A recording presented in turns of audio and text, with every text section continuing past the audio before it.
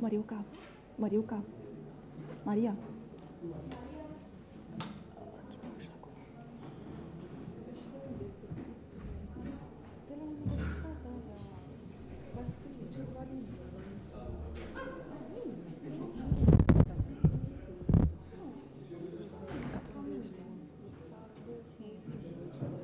Good morning, everyone. We will start a new day. I hope to be a joyful day because we have 3 scientific sessions today. It's not only motive, but it's the first one. We'll start with sustainable plant production. We'll have 9 presentations. After this, after the coffee break, we'll have animal welfare with around 10 presentations. And after the lunch, we'll have the 3rd session, environmental health and climate changes. I would like to remember a thing from yesterday. It's a conference, international conference for students. One of the important things is the students organize this conference. You are here, most of you students, and also our moderators are students. So it's an exercise to communicate and to share the results and the knowledge each other. So I will give now the floor to my colleagues. I will present again the moderators from the Sustainable Plant Production session. It's my colleague, PhD student Emilia Moisescu, and also Ioana Mihăcioiu, also PhD students, and we'll start the Sustainable Plant Protection session. Good luck, please.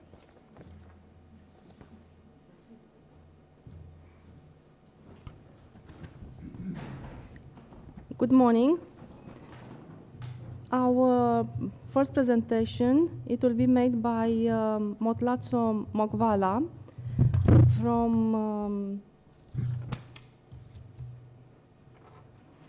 South Africa, and the presentation, it will be effects on slang, vesicular arbuscular mycorrhiza on growth and yield of cancer bush, Saterlandia frutescens.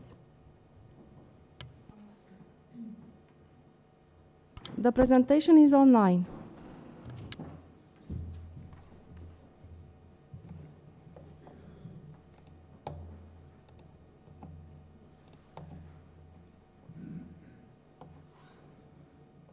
Good morning, everyone. I hope I'm audible. Good morning. Just a little bit because we have lost a connection. Just a second, please.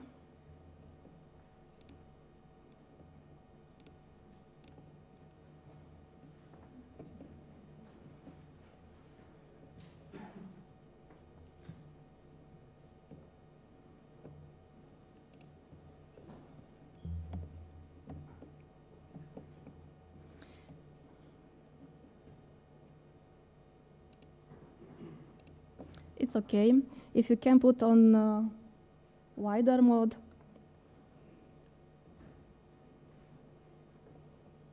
Will you come again? Just a second. If we can put a little bit bigger the picture on the screen.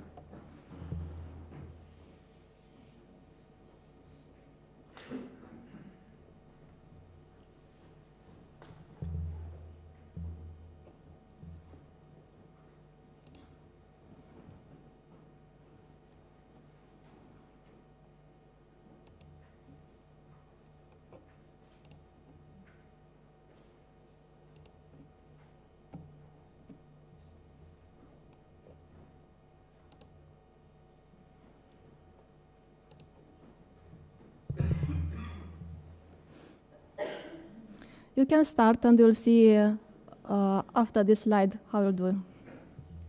Please. You can start, please. Thank you. Good morning, once again, ladies and gentlemen. My name is Mutatu Mukwala from the University of Mpumalanga in South Africa. And I'll be presenting my study under the topic, Effects of Slag and Vesicular Arbuscular Mycorrhiza on Growth and Yield of Cancer. Now, cancer bush is a native living plant with phytochemical compositions that can treat illnesses such as cancer and HIV. So in increasing cultivation to meet the high demand of this plant, farmers resort to synthetic fertilizers. But these fertilizers are harmful to the environment, more especially to the fertility of the soil. To add on, they are quite costly. We then need to find a safe and sustainable, more and cost-efficient alternative, such as organic fertilizer. In comparison to inorganic fertilizers, organic fertilizers improve soil property to increase soil fertility and promote plant growth. So the application of a range of organic fertilizer sources is necessitated in order to reduce the utilization of inorganic fertilizer. These alternatives are such as slag and mud. So slag is a mine-derived soil amendment, and it is beneficial to the soil microbes and offers a various elements. Worm is a type of fungus that works as a biofertilizer to help the plants grow efficiently in harsh conditions. We then sought to determine the interaction of these two to enhance the growth and yield of leguminous crops such as cucumber. The findings of this study will then offer knowledge to improve cucumber domestication and increase its availability for medicinal purposes. Now, coming to our methodology, our study was conducted at the University of Mpumalanga Farm under microplot conditions. This is a subtropical region. The experiment was arranged as a 4x4 complete factorial in an RCPD with 4 levels of slag and 4 levels of air, replicated 3 times. Now, these are the lab analysis of slag. So on figure 2, it's the microplot formation, and on figure 3 is during the soil preparation where we mixed sandy soil and hydro mix at a ratio of 3:1. Now, in terms of our cultural practices, our seeds were then planted directly into our pots, and the treatments were applied by means of fertigation every 4th day, from 2 weeks after germination. Weeds were scouted daily using hand hoes, and irrigation was done at 50% saturation with 250 milliliters of water, there on figure 5. We then collected our data at harvest, which was 60 days from the initial treatment application. Plant height was measured with a ruler and stem diameter measured using a vernier caliper. Branch numbers were counted, and chlorophyll was taken using a chlorometer. Our fresh weight of the shoot and roots were obtained using a scale. They were then overdried at 52 degrees for 72 hours to determine their dry shoot and weight. And also, sorry about that, we then took soil samples also to the left to determine our soil pH and soil EC using the calibrated pH and EC meter. Our data was then subjected to Shapiro-Wilks test to determine normality. And once depleted normal, it was then subjected to analysis of variance using statistics 10.0 software. The mean sum of squares was then partitioned to establish the total treatment variation of each variable. We then separated our means with an LSD test at 5% probability level. Now, coming to our results. Shoot dry weight was the only plant parameter which was significantly affected by the treatment. It is of good to note that shoot biomass is the most accurate measure of plant growth, and this is according to ISNAM and in 2022. Slag was highly significant at a probability level of 5% and contributed 89% to the total treatment variation. Also, the interaction of slag and slag was highly significant, contributing 81% to the total treatment variation. The effects of the treatment were then established with a relative impact formula, where relative to our control, slag negatively affected the variable, decreasing it from 49% to 23% as the treatment levels increase. These findings are in contradiction to those of Islam and others in 2022, where they found that shoot dry weight increases in response to increased application of slag. The addition of slag to the soil made a major difference in plant growth and nutrient absorption. The difference in results can then be attributed to the difference in experimental location and condition, as the AS was conducted in a plant incubation chamber, while ours was done under microcontrolled conditions in the soil. Moving on to our select and verb, the interaction of these two positively affected the shoe dry weight relative to our control, with the relative impact ranging from 30% through to 216%. But I would like to put emphasis on the block and ring, where we then have the combination of slack and verb with 20 by 20 and 20 by 30, giving us 13% and 19% improvement respectively. This correlates with a study done by BUCURETTI in 2019, where their results indicated that verb and slack together greatly enhanced maize development. The plants benefited from the increased nutrient availability, nodulation, and nitrogen fixation, which eventually encouraged plant growth and development. Coming to our soil variables, soil pH was the only soil variable significantly affected by the treatment, with slag being the highly significant treatment at a probability level of 5%, contributing 48% to the total treatment value. Now, relative to our control, slag did raise pH of the soil gradually with increase in the treatment level, and this aligns with findings of BUCURETTI in 2019, where slag raised pH from acidity to neutral and slightly alkaline. And according to Lin 2016 and Islam 2022, the addition of slag raised pH by causing calcium oxide and magnesium oxide to dissolve in water and produce hydrogen ions. In conclusion, I would like to say that our slag and verb did enhance our growth of cancer bush, with the prescribed application of 20 by 20 slag and verb treatment significantly boosting our plant growth. Slag can be used as an eco-friendly alternative to lime in efforts of rectifying the soil acidity. Slag and verb proves to be a promising alternative to synthetic fertilizers, as they are both safe, cost-efficient, and sustainable. However, I do recommend that the study to be validated in different settings. Thank you for your time.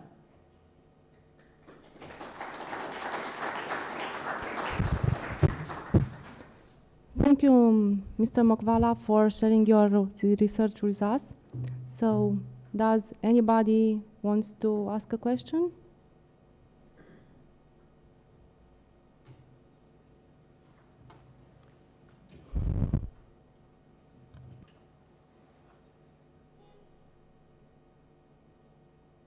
Good morning, Mr. Mokwala. I have seen that many of the research is developed at Mpumalanga University are based on using slag on different mixture for the pot cultivation. Could you tell us, please, what is the origin of this slag? The slag is then derived from mine waste, which is sold in the stores. So it's a byproduct of mine waste. Okay.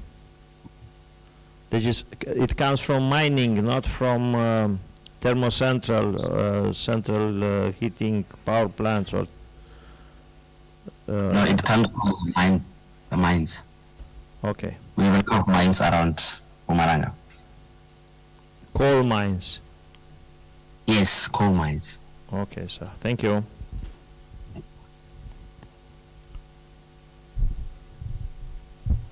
We will move on to Mr. Tobil Mekvanazi from Mpumalanga University, South Africa. He will present the research on inhibitory effect of two Argemone species on the seed germination of common weeds. The presentation will be online.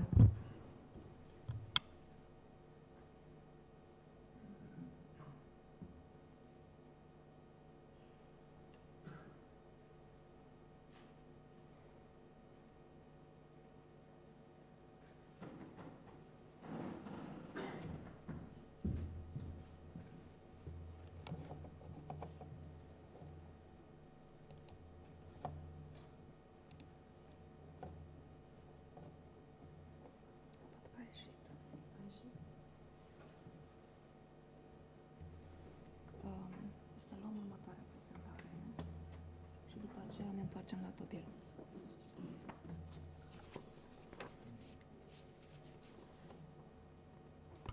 Okay. We will go on with the next presentation. Mr. Wei Wang Pang from Malaysia, and he will present the research on enhancing growth, development, and genetic stability of Japanese pearl white strawberry, Fragaria ananassa, pearl white, through melatonin treatment in tissue culture burst propagation. Also, this presentation, it will be online.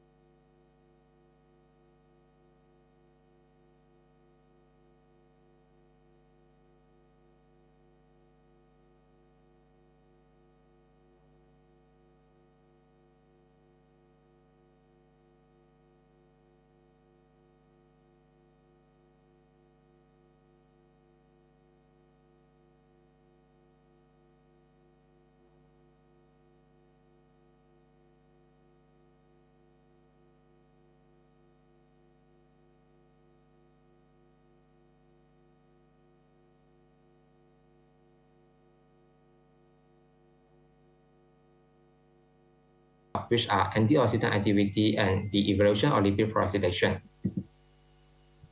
Here are the general steps for biochemical analysis. Firstly, extract compound from the plant tissue by breaking it down with a solvent. Secondly, mix the extract with specific reagent to detect the compound interested. Thirdly, allow the mixture to sit for a while so that the reaction can happen completely. Then use a microblood reader to measure the optical density of the mixture. This tells us how much of the compound are present. Finally, calculate the final result by using a formula or comparing the OD values to a standard curve that relate OD reading to non-compound concentrations. This gives us the exact amount of the compound in the plant tissue. DNA molecular markers analysis in plant tissue culture study involve several steps to study genetic diversity, genotype identification, or other molecular genetic analysis. Here are the general steps involved in DNA molecular markers analysis in plant tissue culture study. Firstly, isolate DNA from the collected plant tissue. Then conduct PCR to amplify the selected DNA region using the extracted DNA as a template. After that, separate the PCR product based on size using agarose electrophoresis.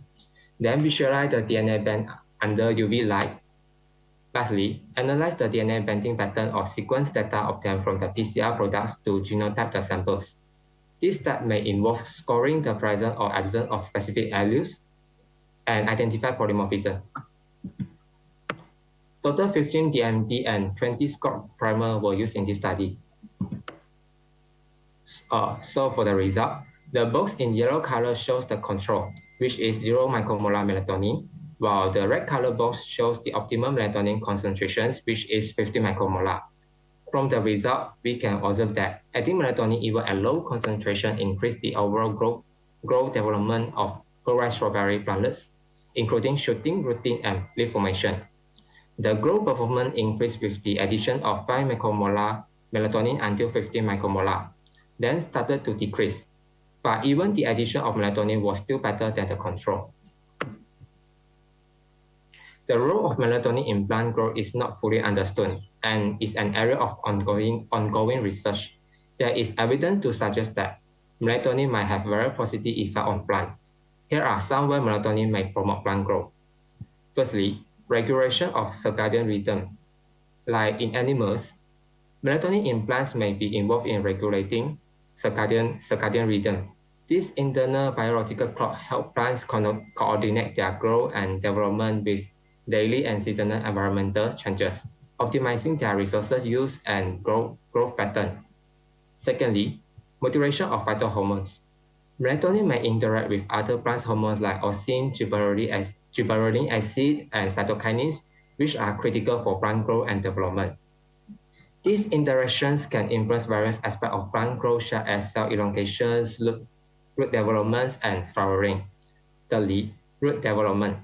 Melatonin has been linked to improve root growth in some plants. Healthy roots are crucial for nutrients and water absorption, which directly impact overall plant growth. The TPPH assay is a simple and widely used method for screening the antioxidant potential of various compounds, including natural product and plant extract. It measures how well a substance can fight a harmful molecule called free radicals, which can damage cells in the plants. A higher percentage of inhibition indicates greater antioxidant activity.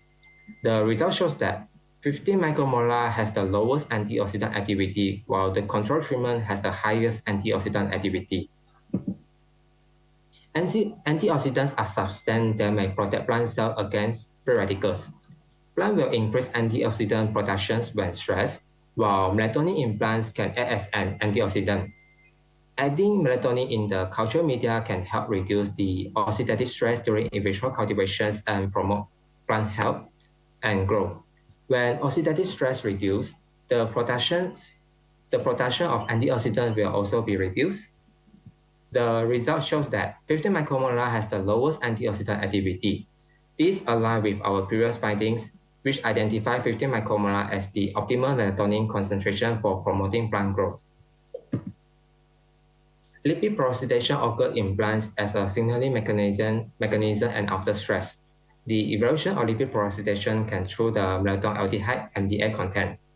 MDA is a substance produced by membrane lipid in response to reactive oxygen species. From the result, we can observe that the addition of melatonin can reduce the MDA contents, which means that reduce the lipid peroxidation to be happen and reduce stress. The DNA molecular markers analysis shows 0% polymorphism in SCORP markers, while 0.27% in DMNT markers. Thus, it can be concluded that genetic stability of pearl white strawberry plants remains same throughout the melatonin study, as genetic similarity exceeding 90%. The 0.27% polymorphism might caused by the genetic and epigenetic effect of melatonin. This is because melatonin has been found to influence gene expressions and epigenetic modification in plants. After conducting experiments, it can be concluded that melatonin has a positive impact on the growth of white strawberry plants during in vitro cultivations. Besides, melatonin has a role in mitigating oxidative stress in white strawberry plants during tissue culture. It suggests that melatonin might be a potential mechanism for reducing hyperhidricity. Lastly, the in vitro regenerated plant treated with melatonin exhibited genetic similarity. It suggests that melatonin treatment do not significantly alter the genetic makeup of the regenerated plant. The melatonin study will be conducted is just the beginning. It indicates that melatonin can help plants grow and lower stress during in vitro cultivations. This could mean that melatonin might be a way to prevent hyperhidricity in vitro cultivated plants. However, further study is required, such as investigating how melatonin works together with various plant growth regulators that help plants grow and with different LDs like. Here are the reference. That's all from me for today. Thank you.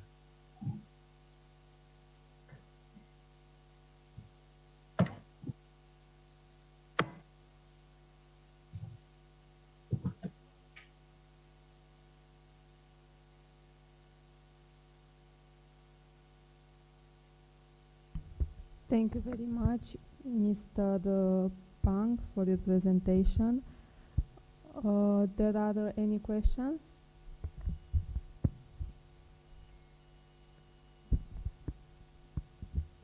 We have a question. Good morning, sir. Excellent presentation and a very interesting topic. I would like to ask you, how do you sterilize the melatonin? Do you introduce it when you prepare the culture media before sterilization or after that by filtration? Hi, sir. Because the melatonin is quite heat sensitive, so the way I use a filtration, I filterize it. Could you repeat, please? Okay, sorry. I use the filtration method, which means that I prepare the MS media first, then only I will filter the melatonin and then add in the media. Okay, so did you sterilize it by filtration? Yes. Millipore filtration, okay.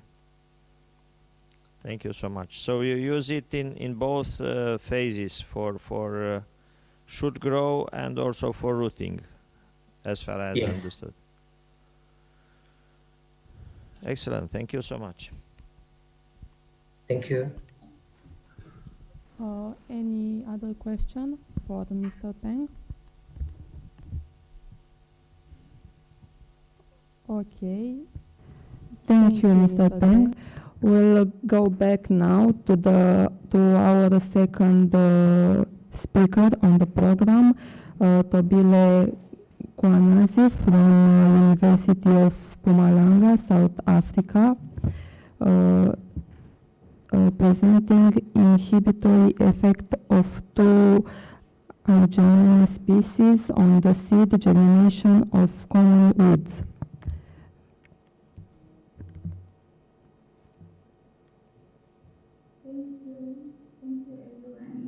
Please give me a second to share my screen. I hope you can hear me. Yes, we can hear you. Okay, thank you.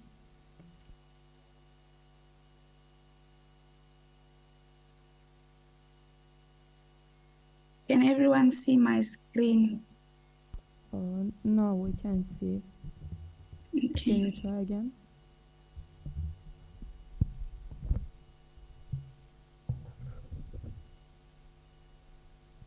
Can you see now? Still not. Okay. Yes, now we can see. All right, Uh, thank you.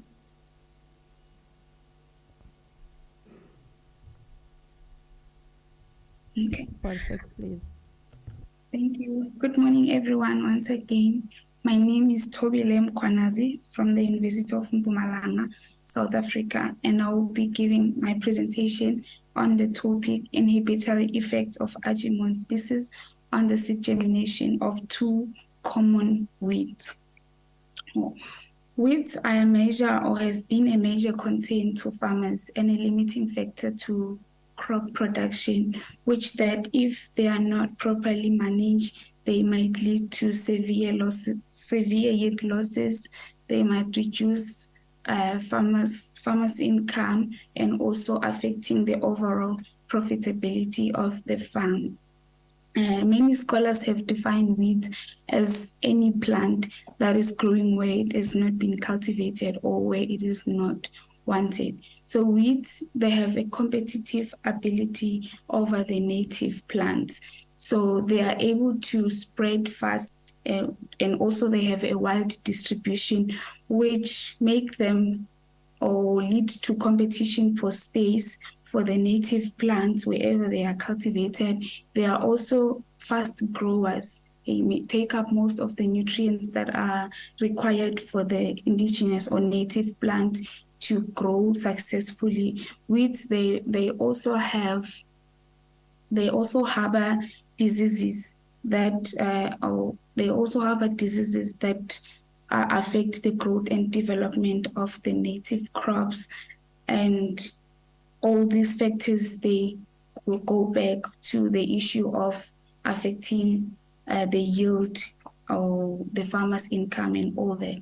The most common weeds that are common in our agricultural fields and that are widely known include the cynodon, datilon, and also the digitarian, which are commonly known as Bermuda grass and the smart finger grass. And those are the two common weed species that I'll be looking at in this presentation. So these two weed species, they are characterized, for example, the cynodon is characterized by a dense growth habit, which brings back the issue of competition for space, nutrients, and all that.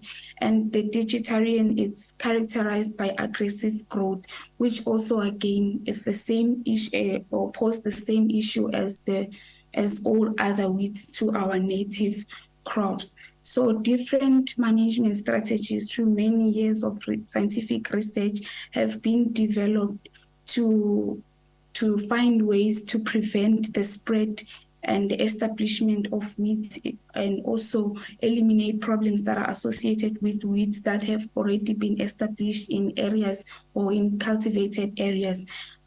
One of them include the use of synthetic chemicals. However, these methods, they pose a major threat to the environment. For example, the synthetic, they are not eco-friendly or they are harmful to the environment, causing issues of biodiversity losses.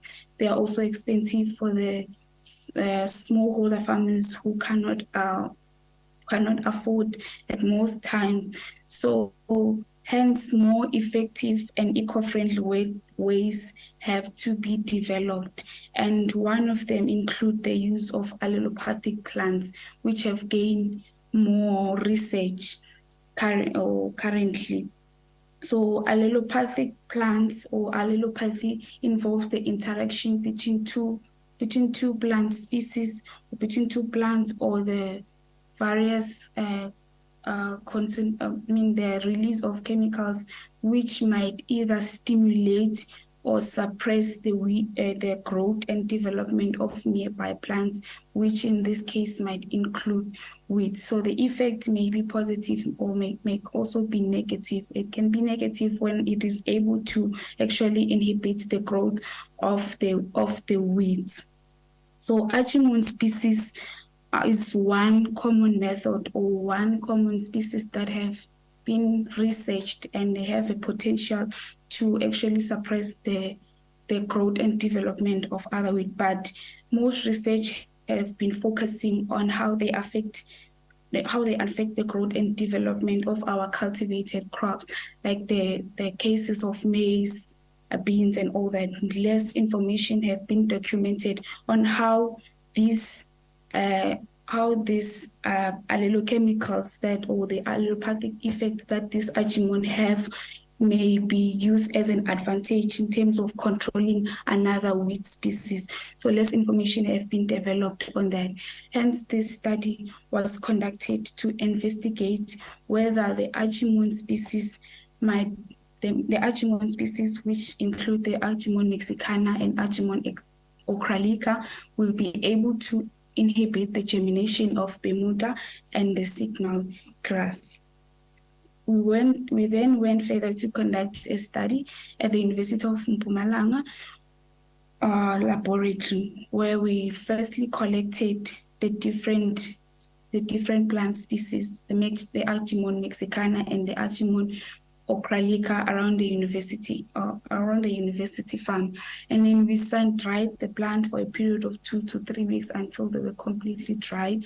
Then different aqueous extract were prepared by firstly grinding the plant separately into different parts, which were the shoots, the roots, the leaves, and also the stems. And then we also soaked them overnight in 1 liter of boiling distilled water.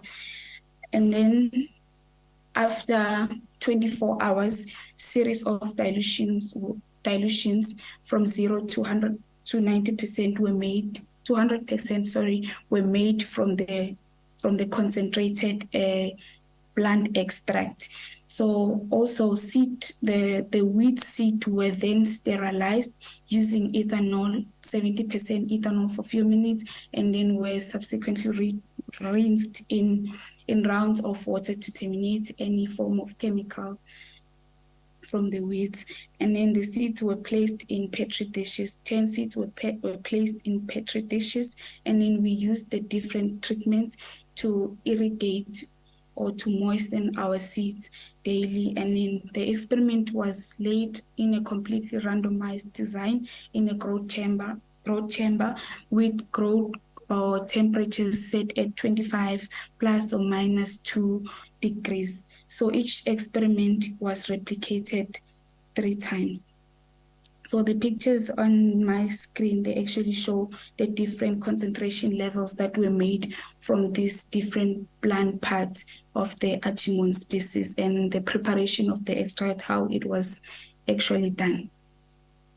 And again, also this one, it shows the method, how we actually did the preparation of the extract.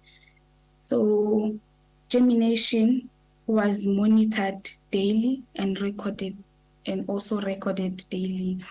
So after 10 days, the experiment was established. We then terminated. Different germination variables were measured, which include were measured and computed, which include the germination speed, which was calculated using the formula on the screen. We also measured the mean germination time, the mean daily germination, and also we measured the plumule and the radical length. So the data that was collected was then subjected to normality test using the Shapiro-Wilk test. Data that was not normal was transformed using the log10 formula for the whole number data values, and then we also use the sign for percentage data, like the germination percentage. So the data was also subjected to ANOVA using statistic 10 to get the variation, and means were separated using the Fisher's LSD test of significant at 5% probability. So these are my results. So just a summary of the results. So from the result that we got, we found or some significant differences were found or were observed among our treatments. So the different Agumon species were able to actually successfully delay the germination, but the result that we got was species-specific, plant part, and also concentration dependent in terms of the response of the wheat against the Agumon species that were applied as treatment. So table 1 shows the effect of Agumon mexicana plant part on the germination percentage of smart finger and the Bermuda grass. So this one shows the plant part.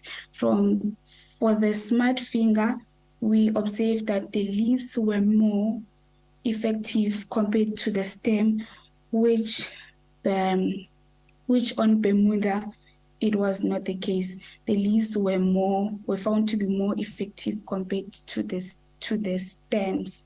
So going back to the statement that I've made, that the response of the wheat was species specific.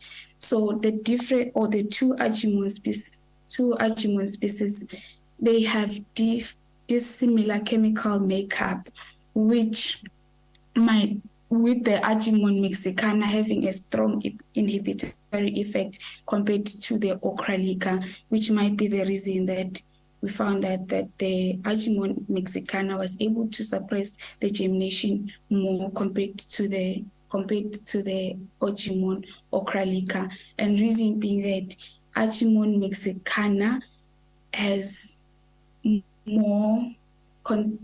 larger concentration of allelochemical or more convincing combination of those chemicals compared to the Agumon Ocralica. So the second table shows the effect of Agumon mexicana concentration levels on the germination percentage of smart finger. So on the Bermuda grass, it was not, the concentration level was not significant.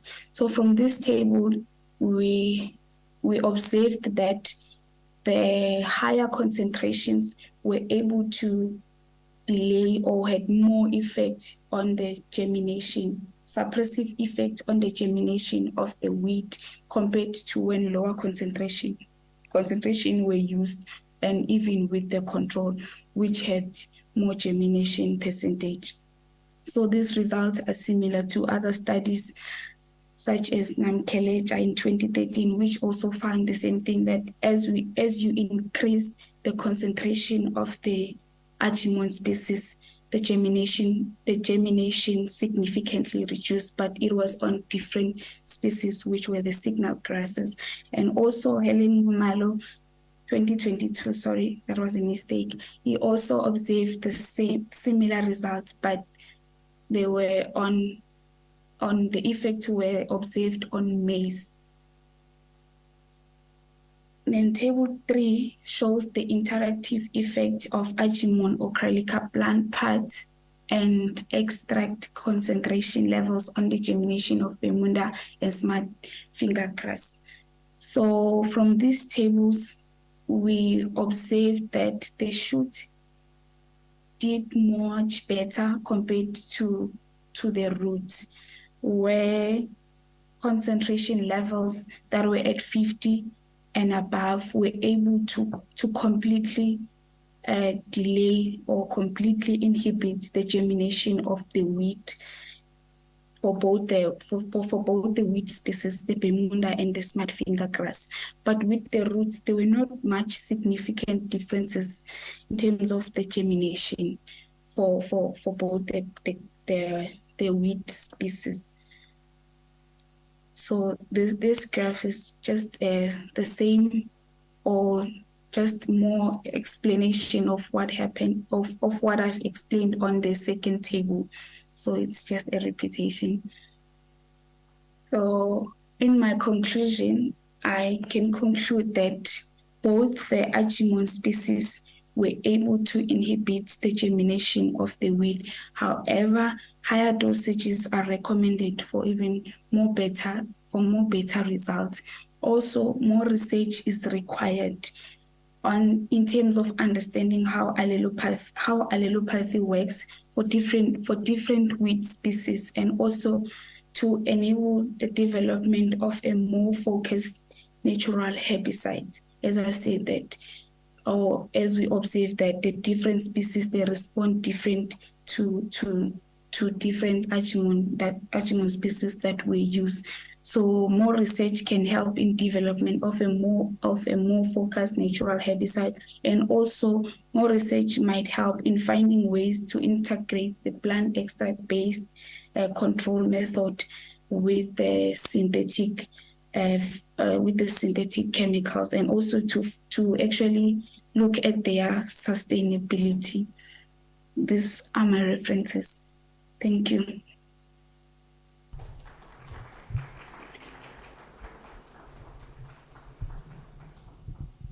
Thank you very much, Ms. Kwanazi, for your presentation. There are any questions for her? No? Okay, so we don't have questions. Thank you very much. Thank you. Now we are moving on to our next speaker, Panchal Batakanje from India, presenting in vitro clonal propagation of rambutan Nelliferum lapaceum cultivar Araca Korg Arunchu nodal segments.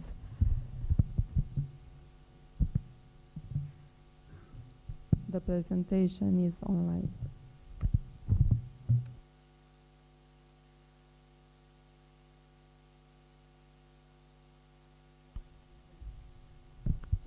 Okay. We are moving on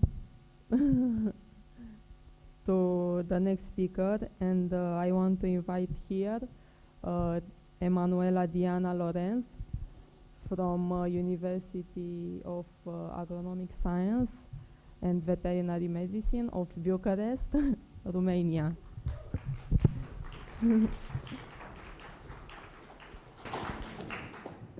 She will present preliminary results regarding the behavior of valuable genotypes of fig grown in fruit hedge system. Please, Diana. Thank you. Thank you. Good morning. Sorry, I'm very... okay. My name is Emanuela Diana Lorenz, and I'm a master student at the Faculty of Horticulture. The topic of the paper refers to the first results of the research carried out for the dissertation thesis aimed at characterizing new fig tree genotypes and select valuable specimens that produce quality fruits. Okay.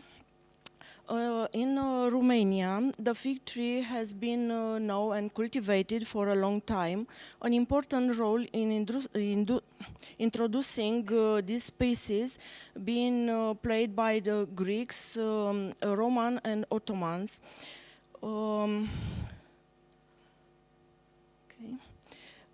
Species with high demands on environmental condition, especially for the minimum temperature recorded in the cold season.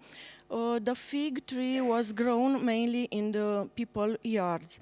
The first fig plantation appeared in Dobroja, in the Black Sea coast area, along the Danube River in Banat and Oltenia. There are the objective, the study. I mentioned some words in the presentation. Sorry. The experience is carried out in the experimental fields of the Faculty of Horticulture.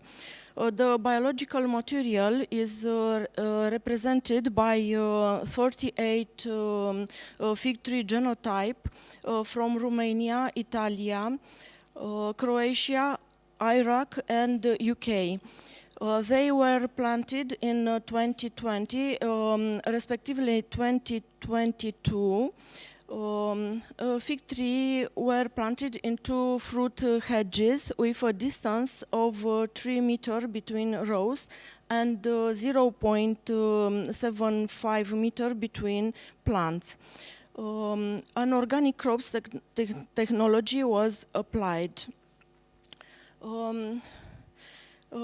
As we can see, 1 year cutting old were planted, 11 from Romania, 8 for Croatia, 6 in Italy, 2 from Iraq, and 1 genotype from UK. For the description of plants, the characteristic of the tree, leaves and fruits are taken into account. Biochemical analysis of fruits is also considered.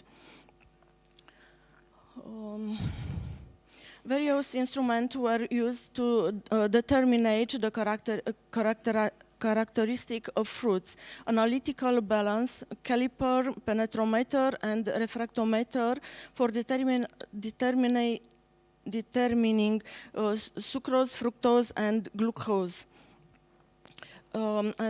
Leaf measurement were made with Winfolia program. In this slide and the next slide, you can see the results, the first results of measurement made on the fruits of fig or fig tree from Croatia, and their description. As a conclusion, I can say that Romanian and Italian genotype produce the largest quantity of fruit over a long harvest period. They are followed by Iraqi and Croatian genotype. And I recommend continuing to monitoring the fig tree population to estimate the yield on each plant. References, and thank you for your attention. Thank you.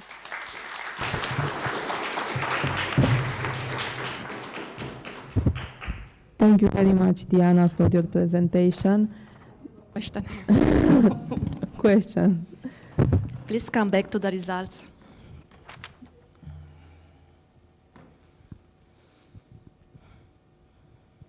And back. Okay, this is a lot of work here.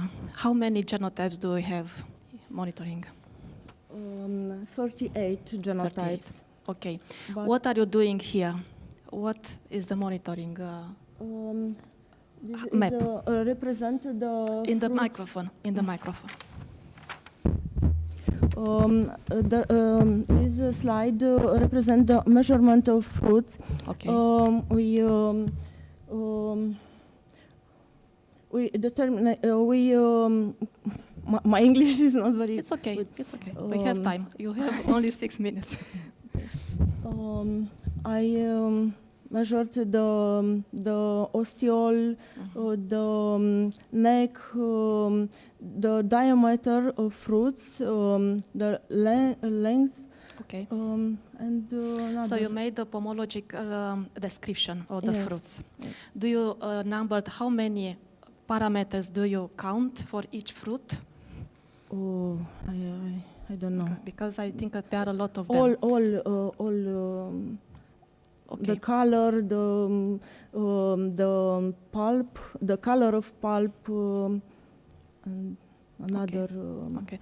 And for the future, how it's what will be the next steps? Because you are doing this analysis. After, what are you doing with them? The fig tree in this experience are very young, and they aren't at the maturity. And this measurement is not representative for the moment. Next year, maybe after 2 and 3 years, we can know the exactly yields Okay.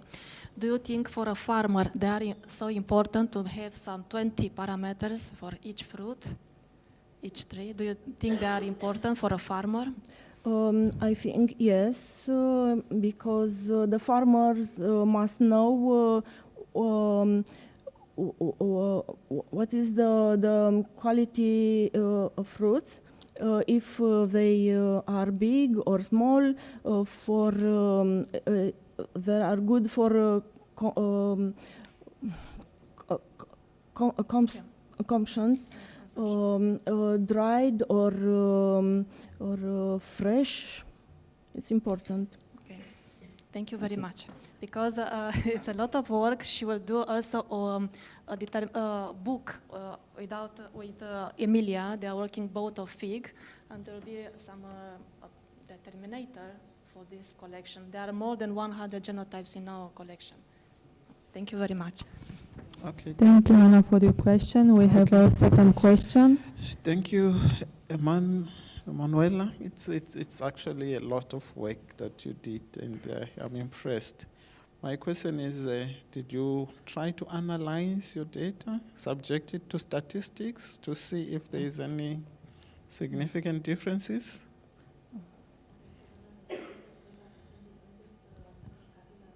Not yet. No, that's fine. Thank you. Any other question for Diana? Okay, thank you, Diana, very much. Thank you very much.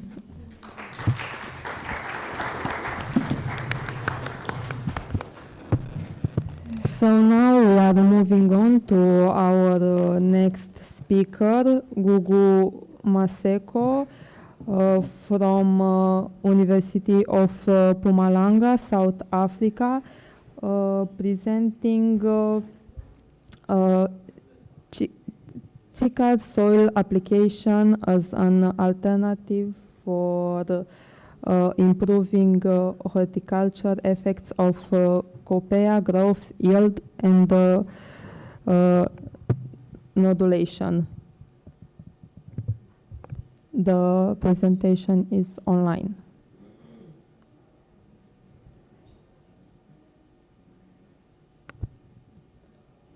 Okay, so our speaker is not here. Okay, so now I will introduce myself for the next presentation.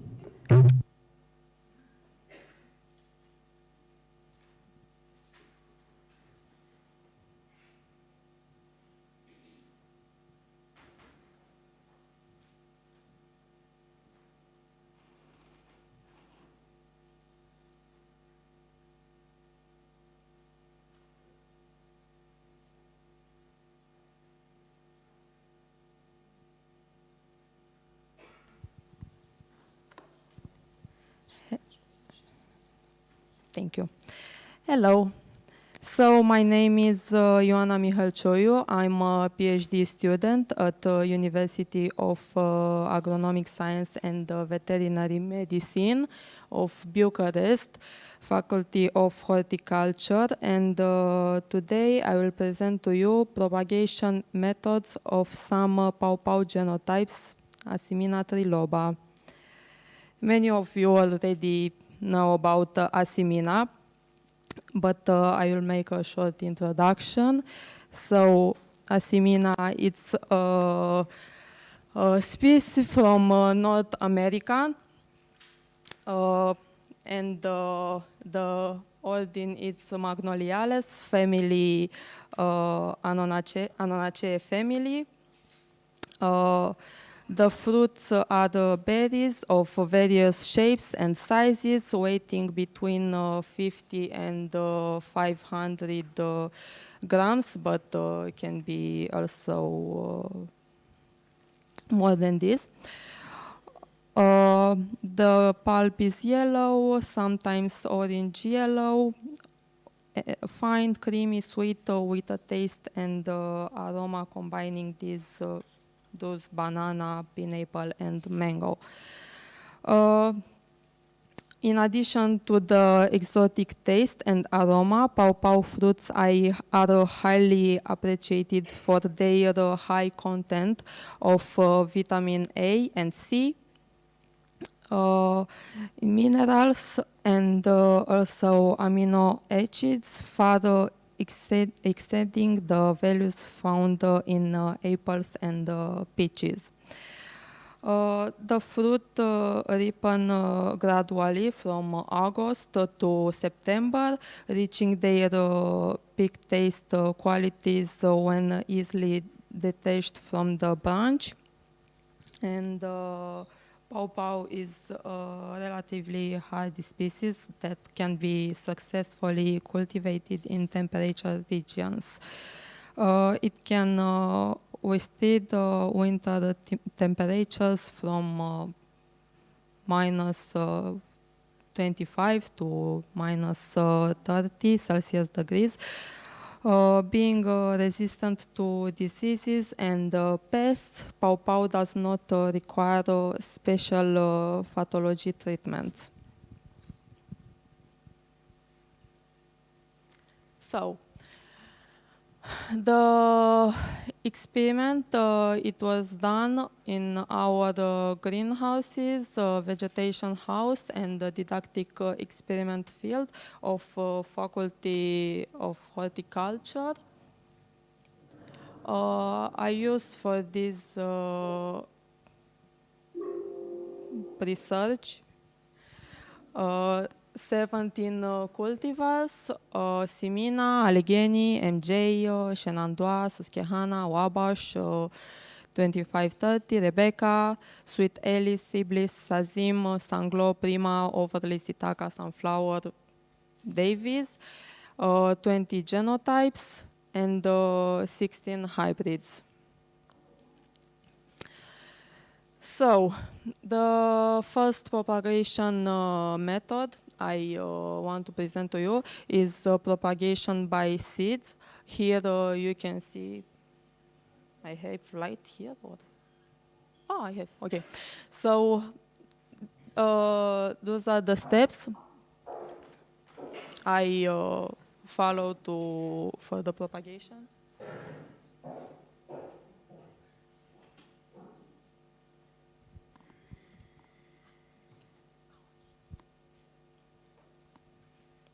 Okay, let's continue. In the first picture, you can see seeds sowing in multi-cell trials. Second, seedlings growth after the seed germination, and seedlings translation into all tall spots.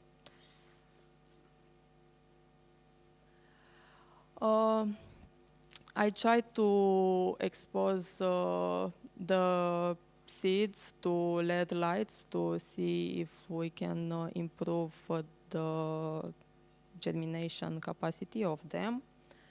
And you can see in the first picture they are sowing in the normal control system and with LED lights. There are the LED lights. Okay. Second method is seed treatment with polarized light. And for this experiment, I used 2 cultivars, Simina and Allegheny, and 6 genotypes. And I suppose them to polarize the light for 5 minutes, 15 minutes, and 30 minutes before to be sown. And I tried also seed treatment with magnetic fields. I used 2 genotypes and 2 cultivars, again Simina and Allegheny. And I tried to expose to magnetic fields the seeds before to be sown for 5, 15, 30 minutes on positive and negative poles of magnets. Second propagation method I used is the grafting. You can see the steps here. Science, chip budding, and science growth, and the cuttings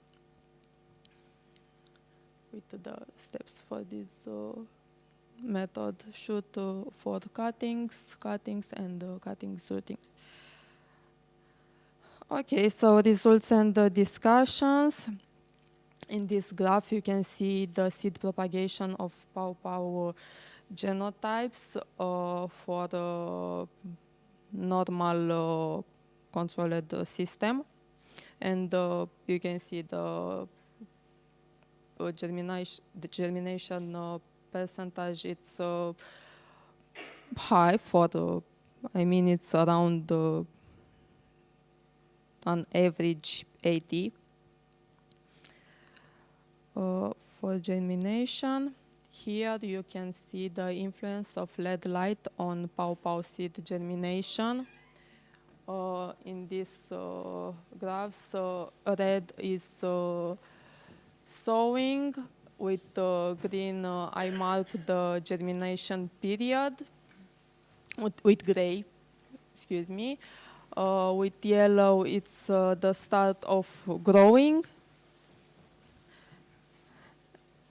And you can see with green seedling growth in control system, and seedling growth with in LED system. So you can see here a big difference, because in a normal system the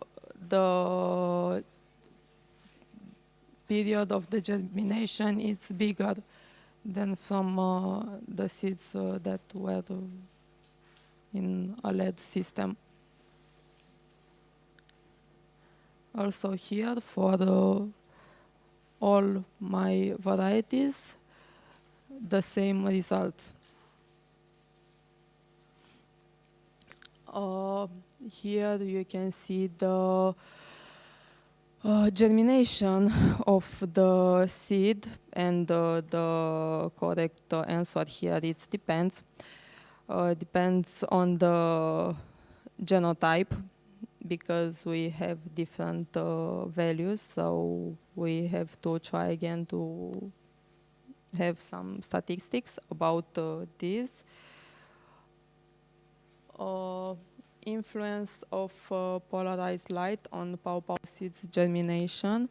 So again, red is sowing, with green it's the germination period, and yellow start of growing, and seedling growth. So here you can see we don't have good or bad results. It's normal. The start of growing, it's around middle or the end of April, like a normal system. And also the germination capacity of the seeds, it's not really good, not really bad, so we have to try again with this method. Maybe we'll try more to suppose them to polarize that light for a long time, because 5, 15, and 30 minutes, it's not enough for the results. Influence of magnetic field on pawpaw seeds germination. Here the same. Here it's a difference, because we had good results of this experience. The beginning of the growing, it's around the beginning of April and maybe middle of April instead the first one, I mean here, middle and the end. And also the germination capacity of the seed, it's very good, very, very good. It's improved a lot. Here you can see pawpaw budding success rate on generative rootstocks, the success of the grafting, but this is just on the spring because, and it's a good percentage for this, but the grafting on the autumn it's not so good, so we had 0% rate of success, so yes. Conclusions and recommendations. Conclusions, the most efficient propagation methods are seed propagation and grafting. Seed germination can be stimulated by exposing them to LED light throughout the germination period and the exposure to magnetic fields before the sowing. Propagation by cuttings is not effective. And recommendations, exposing the seeds to magnetic fields for about 15-30 minutes before sowing, use of LED lights throughout the seed germination period, budding in spring after the rootstock vegetation started, and propagation by cuttings is not recommended. Thank you very much.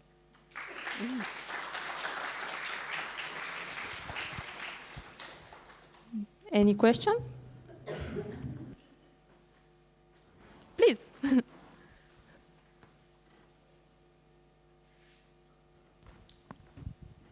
Maybe, can you quickly take me to the magnetic results? Sure. Here. No, the graphs. Okay, that one is also okay. You're getting really quite interesting story there. I mean, your story is quite interesting in that we have positive having more effect on the other cultivars, while negative is also effective on other cultivars. Do you want to explain that? Can you open the microphone first? Okay.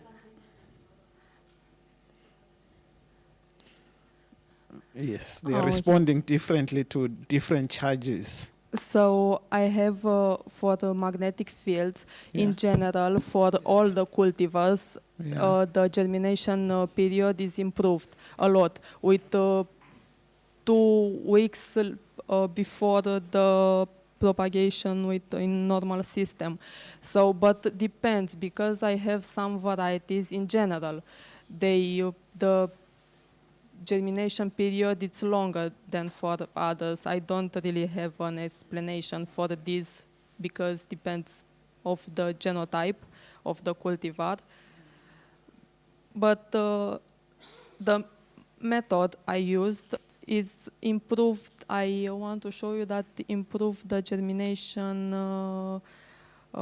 period. It's shorter than in general. Yeah, it's that's that I understand. It's good. It's good. What we have seen also in some germination studies that we have done with some indigenous plants, we found that they respond differently because of different chemicals that they contain.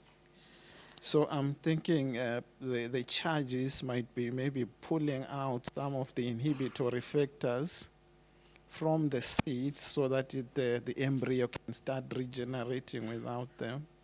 But it's perfectly good. I like that one. Thank you.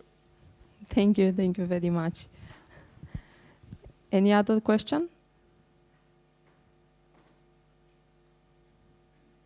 No? Okay. Thank you, Ioana. Thank you. Thank you, Ioana. Now, we are going on to the next presentation. Ms. Bitsu Yasmin Traore will present the research on floristic diversity and plant production techniques in nursery in the case of the city of Bucharest, Romania, and Bobo Dioulasso, Burkina Faso. The presentation, it will be online.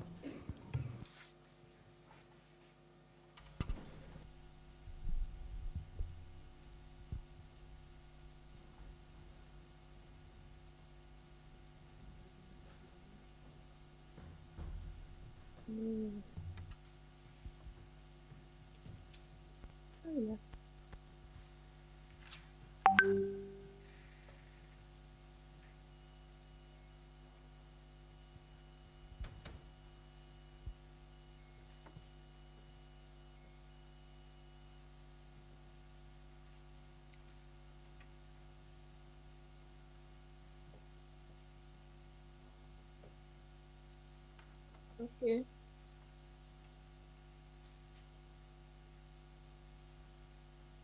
Okay. Hello everyone. Hello, Yasmin. On the slideshow, please. Excuse me. It's okay. On the slideshow. The presentation to be on the slideshow.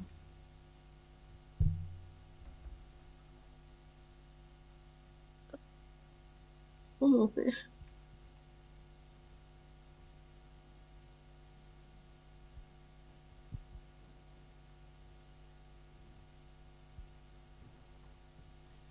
Yes,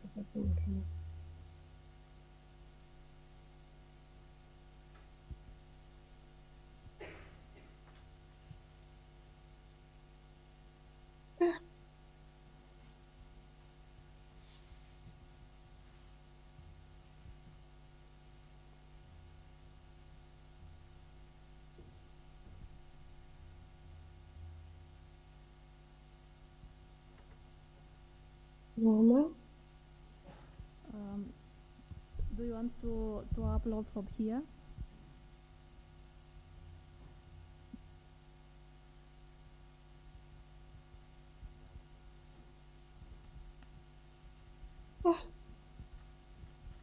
It is okay? No, it's not shared. If you want to share the presentation.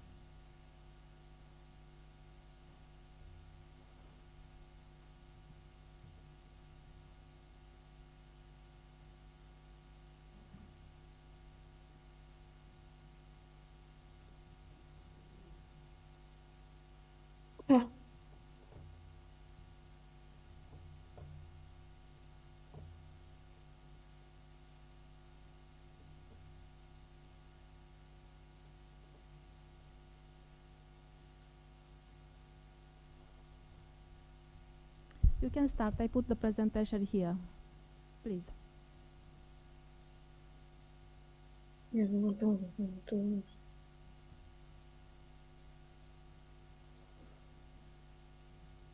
It is okay?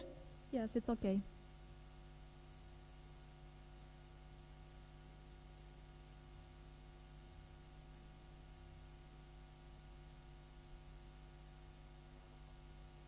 Okay.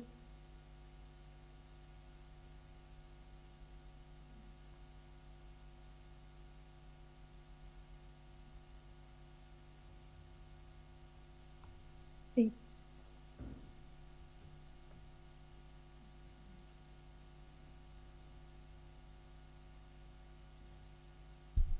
What's that? You can start, please.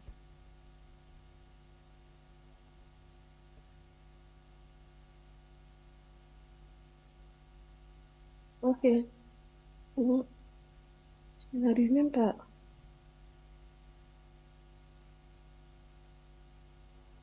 Hey.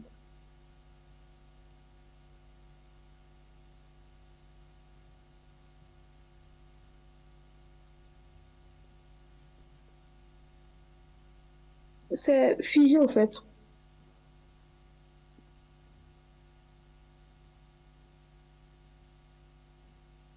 I am a problem. You can start because I put here the presentation. And I'll move the slides.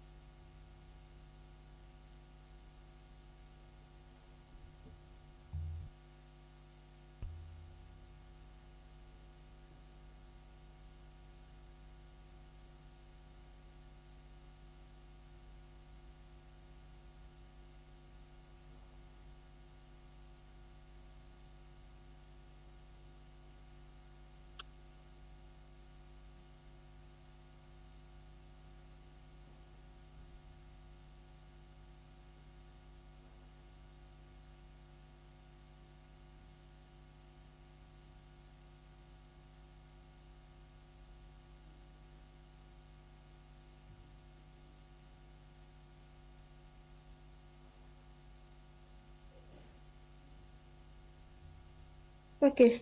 Hello everyone. My name is Traoré Bintou Yasmin. I am from the Naziboni University of Burkina Faso. My work focuses on the floristic diversity and plant production technique in New Zealand. In case of the city of Bucharest in Romania and Bobo Dioulasso in Burkina Faso.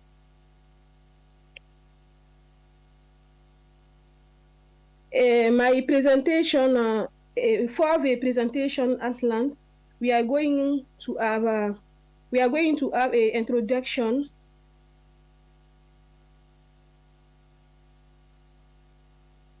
We are going to have an introduction, the methodology, result, and conclusion.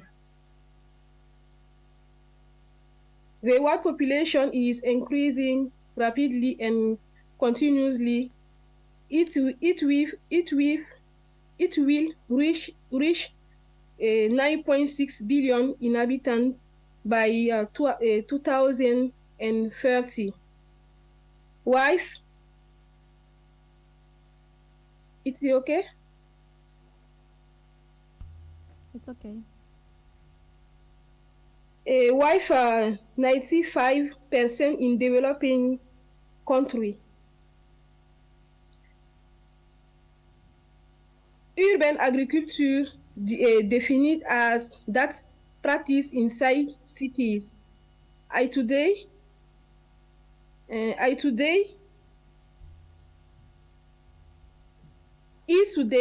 the phenomenon that is developing in all cities around the world, both in Africa and European countries. Romania, in Burkina Faso, and agricultural countries where urban nurseries are developing, particularly for trees, shrubs, ornamental plants, forests, and fruit plants. Indeed, nurseries are present in Burkina Faso and Romania. There are more visible in urban space and even within the domestic space. By definition, a nursery is a field or plot of land set inside for propagating plants and growing until they reach the stage where they can be transplanted or marketed. However, very few studies have compared the floral diversity of nursery in these two countries. The overall objective of this study is to analyze and compare the different techniques used in horticulture in the city of Bucharest in Romania and Bobo Dioulasso in Burkina Faso. Specifically to identify the methods and technique of plant production in horticulture, determine the main problems faced by producers to develop a procedure manual on plant production and a brochure of species common to these two cities used in horticulture. For the localization of nursery, we approached the Forest Service and regular commercial enterprise to get an idea of the number of registered nurserymen. New registered nurserymen were found thanks to snowball slumping. According to this method, nurserymen will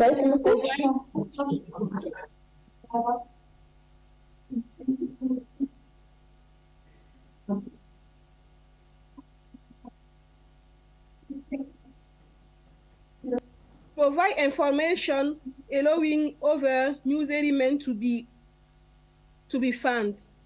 Thus we were able to find 45 nursery sites. Once we found structure, it is okay? It's okay, you can continue. Okay.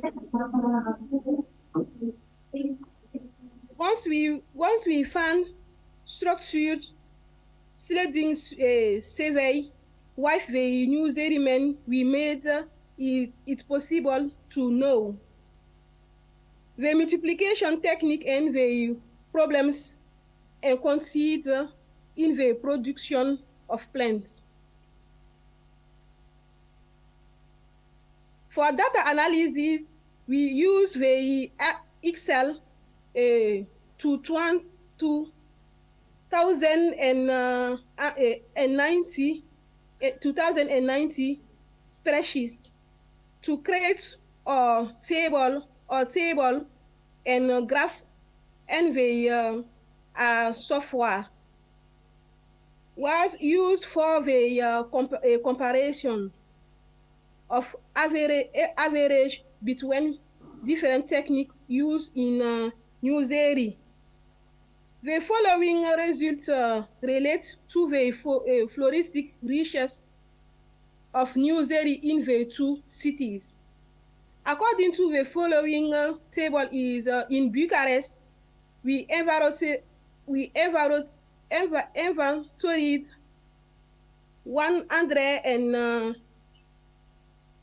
137 species in total and 242 in Bobo Dioulasso. Besides, the number of the common species is 14. Bucharest and Bobo Dioulasso have things in common. We calculate the mean and the standard deviation with is equal to 52.5. The values are therefore scattered around the mean.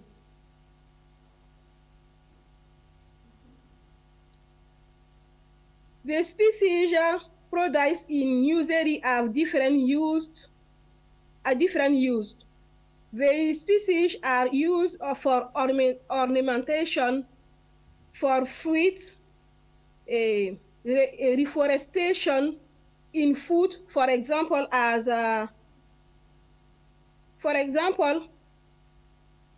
erema, and in medicine. Fruit and reforestation species are called forestry.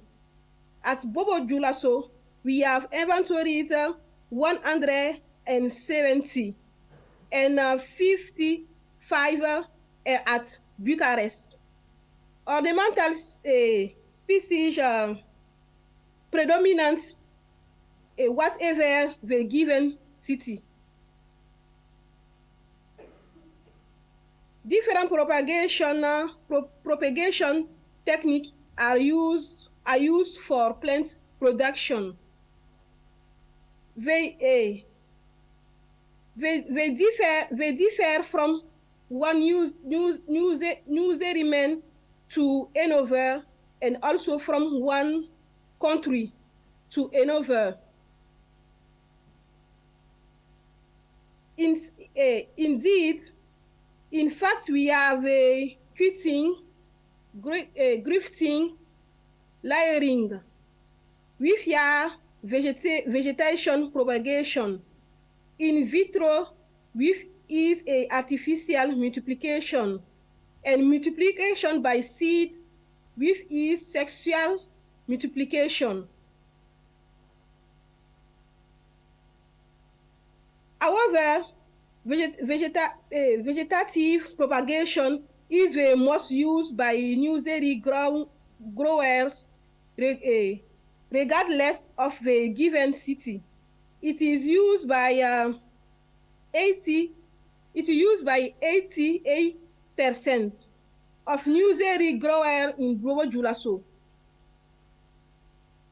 We can conclude that the nursery contain an floristic diversity whatever the given city. The nursery of the city of Bobo Julaso contain more species compared to those of Bucharest. However, ornamental plants are the most abundant whatever the given city. The in vitro multiplication technique is only used in Bucharest.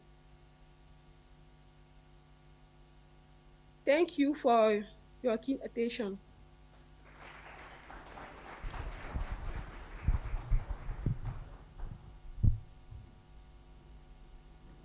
Thank you, Yasmin, for your presentation. Any question?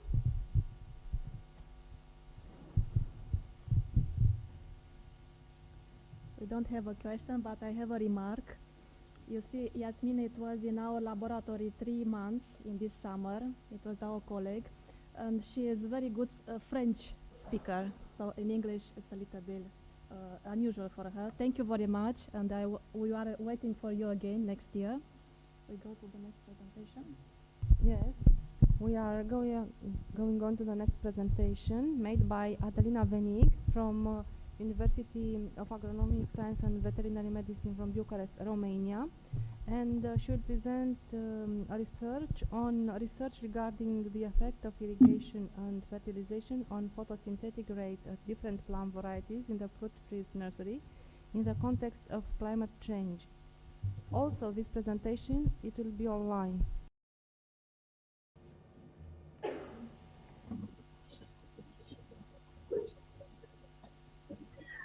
Good morning, everyone. Can you hear me? Yes, very well.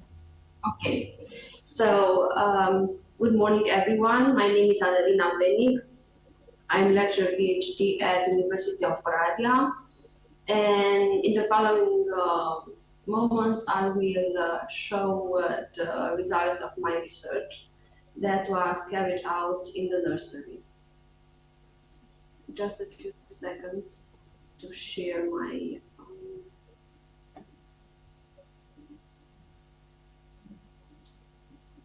I'm not sure if I managed. Can you please share it from your desktop? Is it possible? Because I think I have a technical difficulty and you have to open the document first. Yes, just a few seconds, please. I'm opening right now. Because we are seeing your screen, it's okay. Open the document. It's okay. I'm opening right now. It's okay. We can see. And now on the slideshow. It's okay? Yes, and put on Okay. the slideshow. Thank you. So, as I said, the research was carried out in the fruit. Adelina, please put on the slideshow. Bottom. Near the Zoom.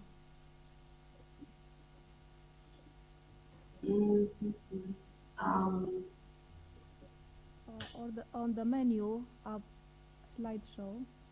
Yes. Okay. But just a few minutes. I don't know what.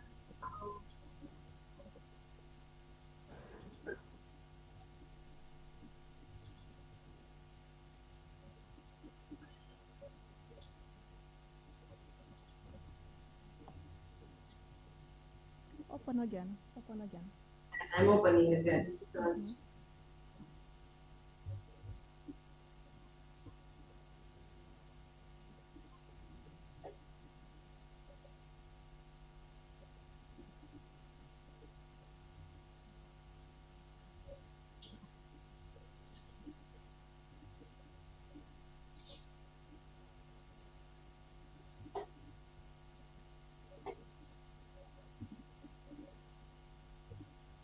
Is it okay now? Can you see it?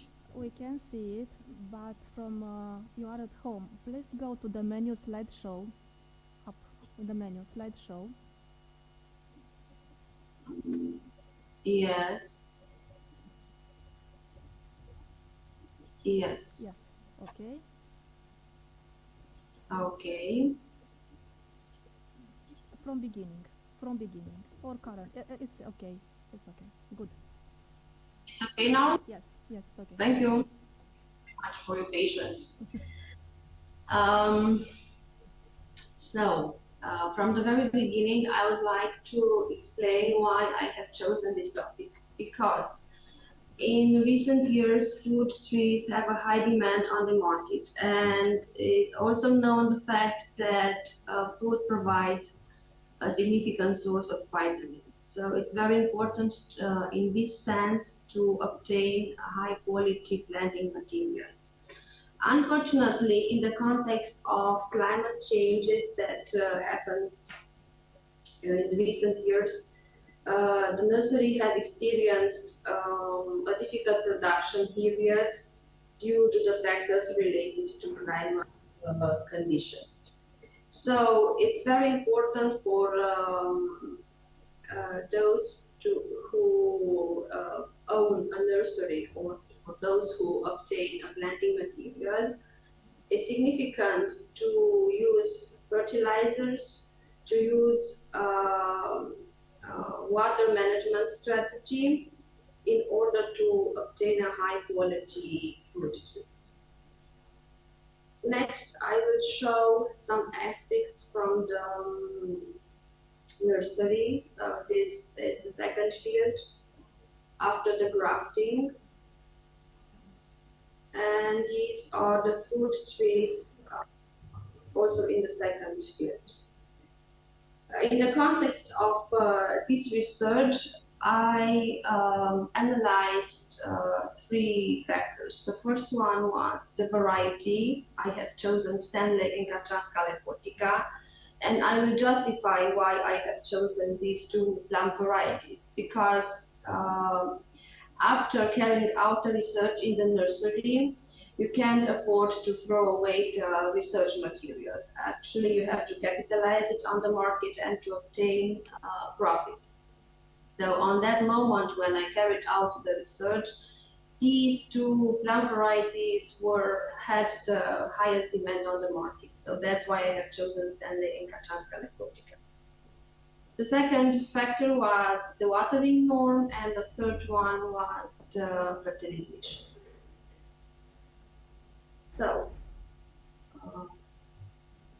regarding the effect of watering norms, as you can see in the table, the average rate of photosynthetic showed an amplitude of variation of 1.32 mmol per square meter per second, with average values between 2.08 in the case of non-irrigated variant and 3.40 mmol per square meter per second in the case of applying the watering norm of 30 millimeters.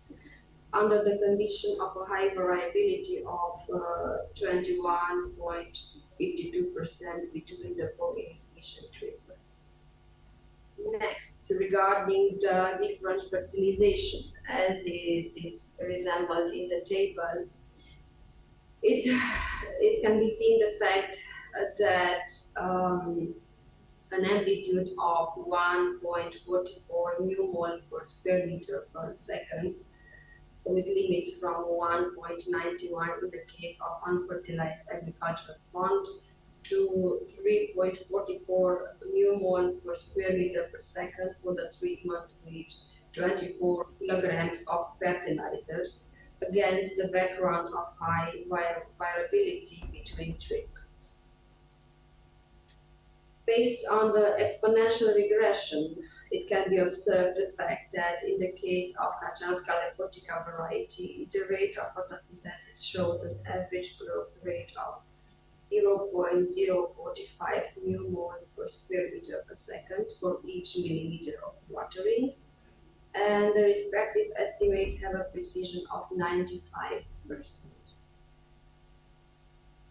Based on the exponential regression, it can be observed that in the case of non-irrigated version, the rate of photosynthesis showed an average growth rate of 0.071 mmol per square meter per second for each kilogram of fertilizer, with limits from 0.03 up to 0.1.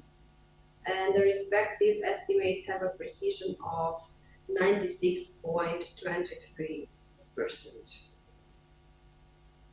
Regarding the combined effect of the three factors, as I said, the variety, the watering norm, and the fertilization, in the absence of irrigation, in the case of the Stanley variety, fertilization showed a significant influence on the rate of photosynthesis associated with increases of values situated between 0.68 up to 1.32 mmol per square meter per second. And as conclusion, fertilization showed the highest contribution to the variability of the photosynthesis rate, followed by irrigation, and application of irrigation had a significant effect on photosynthesis related to increases between 40.75 and 63.61%. So these are the main conclusions. Of course, the research was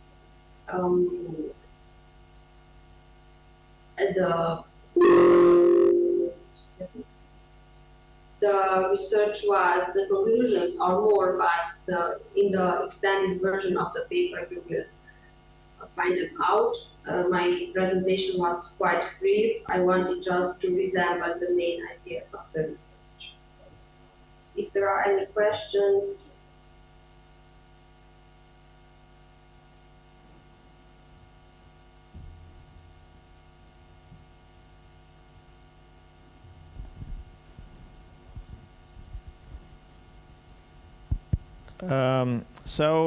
Adelina, I know very well the paper and the research. I just want to congratulate you for the important effort and for the important scientific results. Certainly, it's also very nice to see that your results have been transferred already to the production, to the field. So we should, as much as possible, promote these results to other nurseries and to other fruit growers. Thank you so much once again.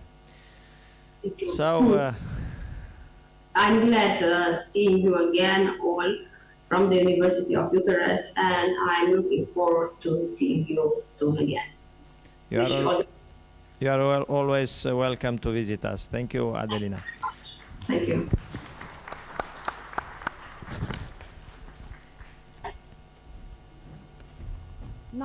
will have a coffee break for 15 minutes, and at 15 after 11 o'clock, we will meet again for the next session with a topic on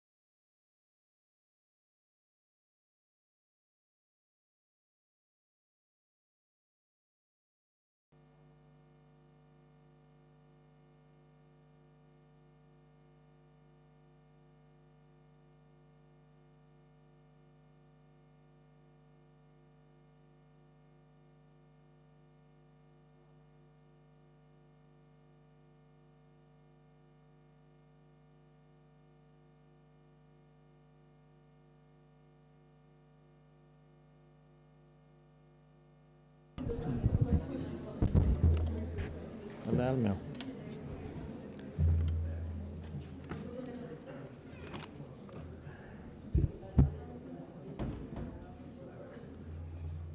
Good morning, everyone.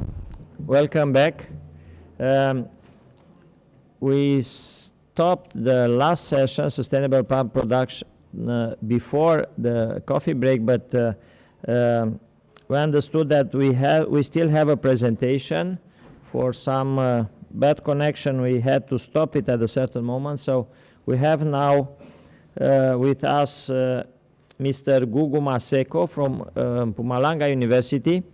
He will present a paper named CICAD Soil Application as an Alternative for Improving Horticulture, Effect on Cowpea Growth, Yield, and Nodulation. Mr. Maseko, are you online? Can you hear us?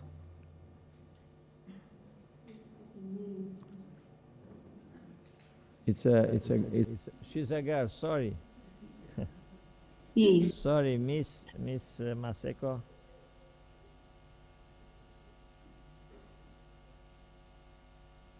Please, you can upload your presentation. Thank you very much. Can you you start. see Thank my... you. Thank you.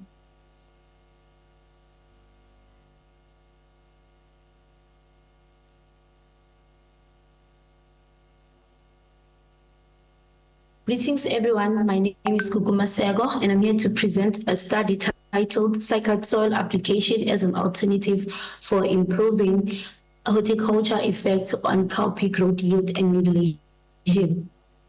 CICAD plants are dioecious corn-bearing gymnosperms with over 200 known species that have survived competition with growing gymnosperms and existing event. They are the most threatened group of plants through livestock ranching, habitat destruction, and illegal nursery exchange and climate change. In South Africa, cycads are utilized for several purposes, including horticultural uses, as well as non-religious decorative uses. For example, cycad leaves are common arches for wedding reception and graduation, in which in South Africa are currently being protected by law.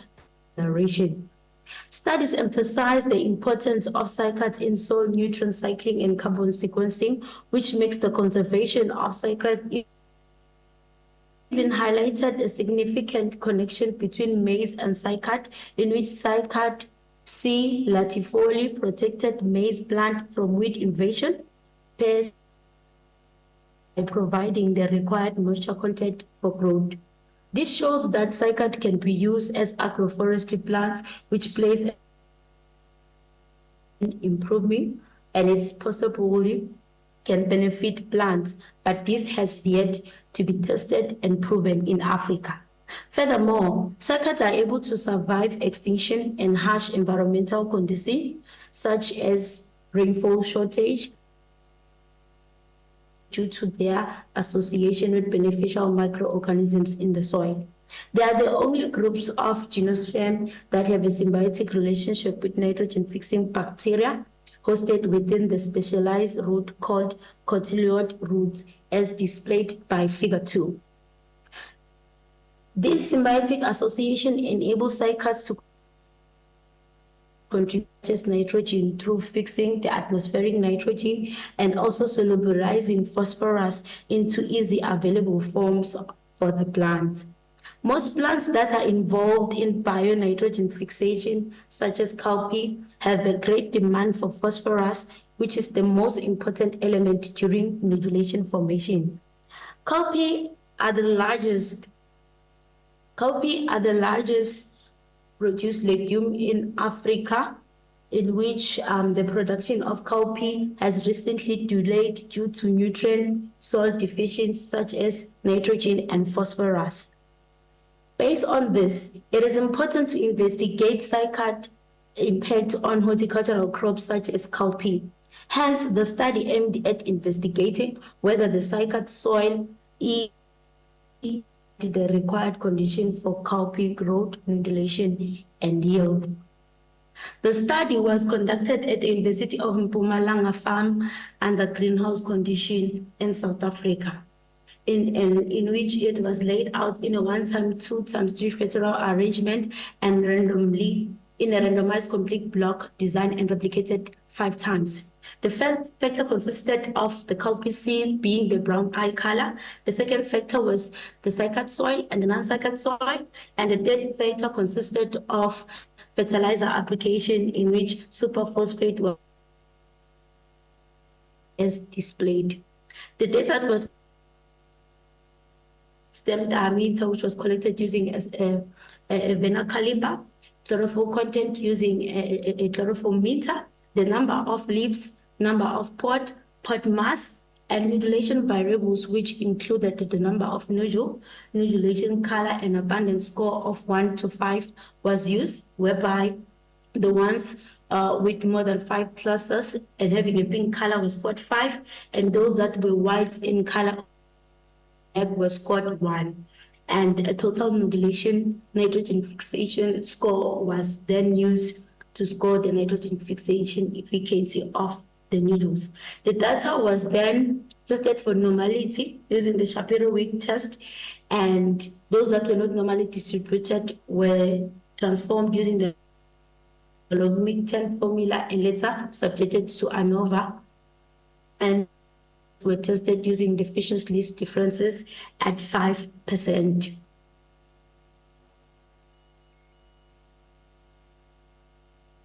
The results obtained in Table 1 shows the effect of fertilizer on yield of cowpea and pod mass, in which fertilizer application, full fertilizer application, which was 65.36 gram, yielded when there was no fertilizer application. This is due to the fact that superphosphate is rich in phosphorus, which is very important for pod formation and yield. In Table 2, we see the effect of soil, different soil being the cycad soil and the non-cycad soil on cowpea nodulation and yield, whereby the non-cycad soil outperformed the cycad soil in all the nodulation variables, being in the nodule position, number of nodules, and fresh. Although it had the highest number of nodules, it also had the highest number of unactive nodules, in which these are nodules that do not have an active nitrogen fixation. The reason being performing the cycad soil in these variables may be due to the may actually reveal that the cycad soil hold the potential of producing this cowpea, although does not have the needed nutrients to develop or for nitrogen fixation in the roots. Table 3 shows the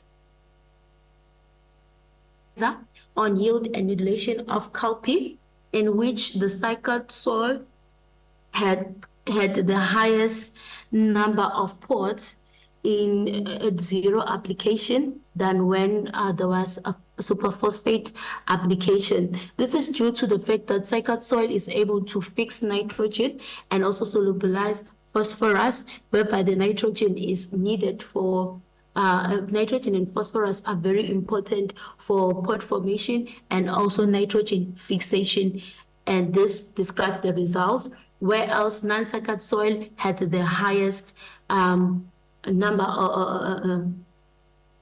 of pods at half application, which was 32.6 gram, due to the presence of phosphorus in the superphosphate fertilizer.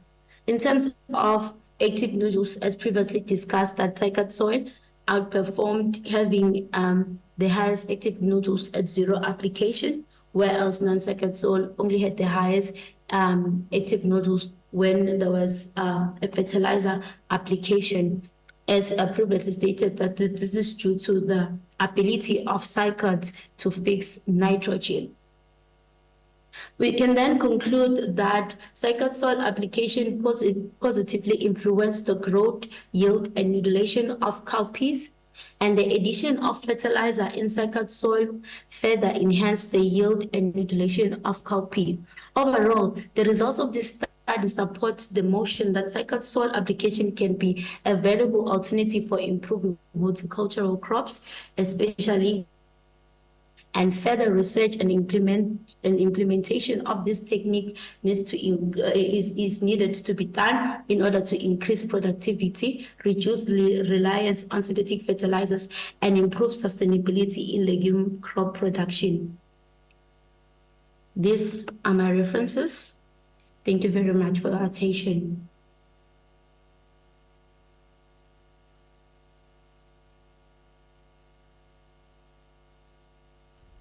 Thank you so much, Ms. Gugu Maseko, for the interesting presentation. If there are any comments or questions from the audience?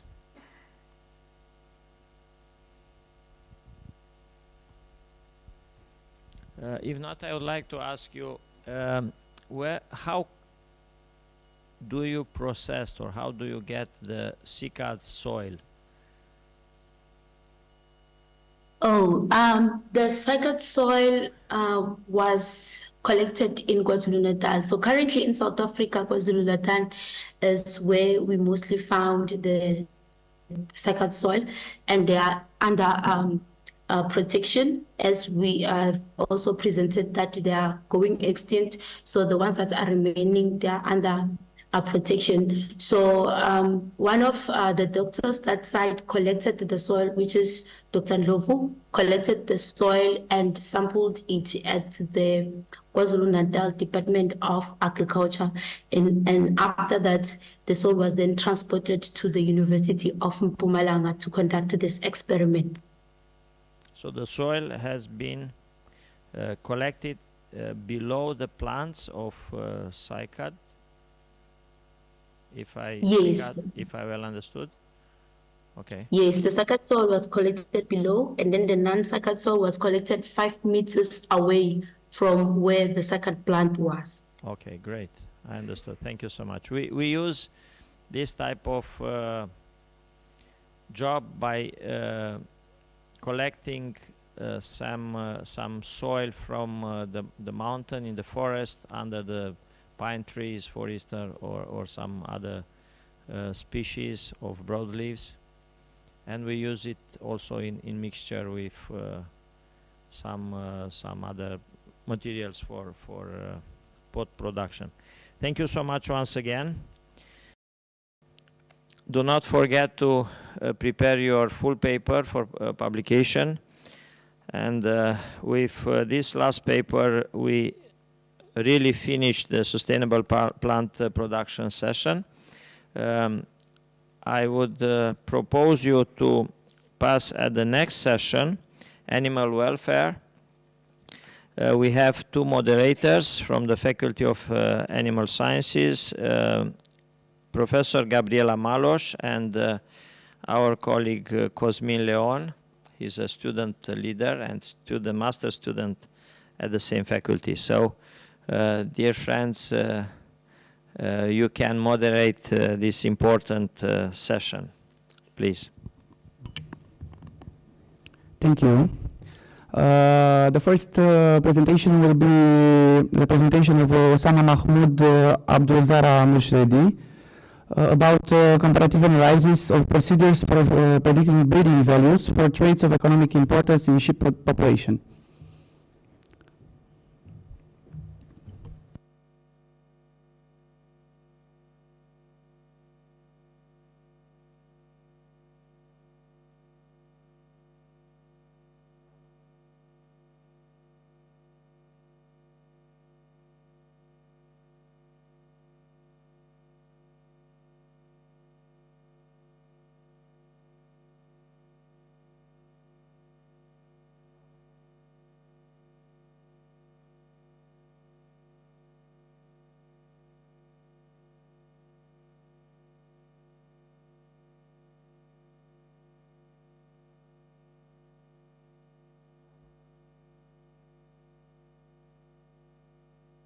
and gentlemen, I would like to talk about my paper, comparative analysis of approaches for protecting breeding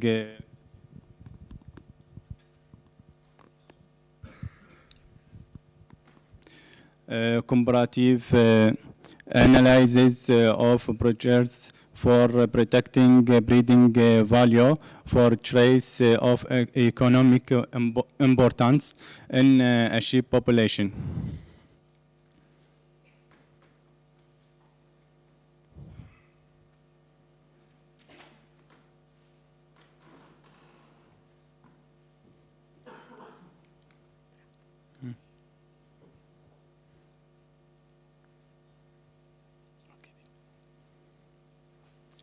Introduction.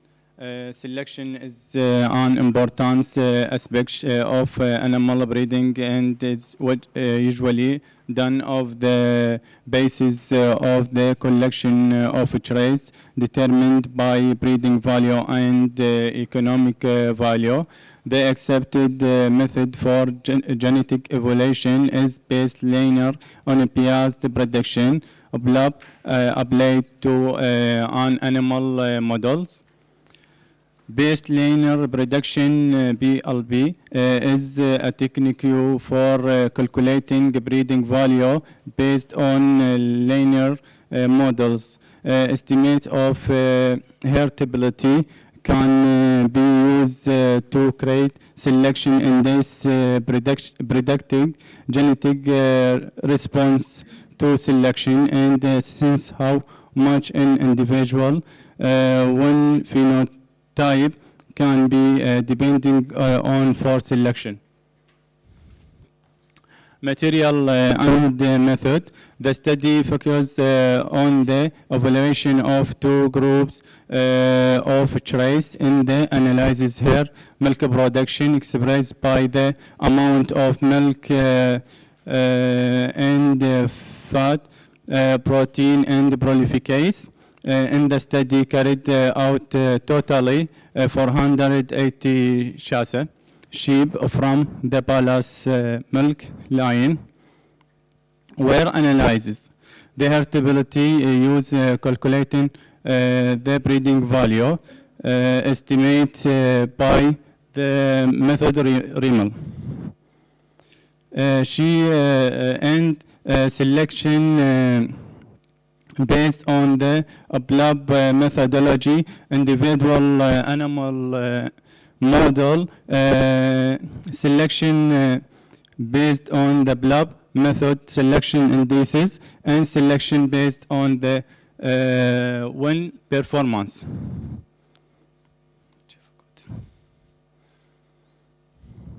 Result and discussions. The heritability in table 1 on the diagonal we can find heritability 0.197 and about the diagonal correlation genetics for milk fat 0.03 chassis.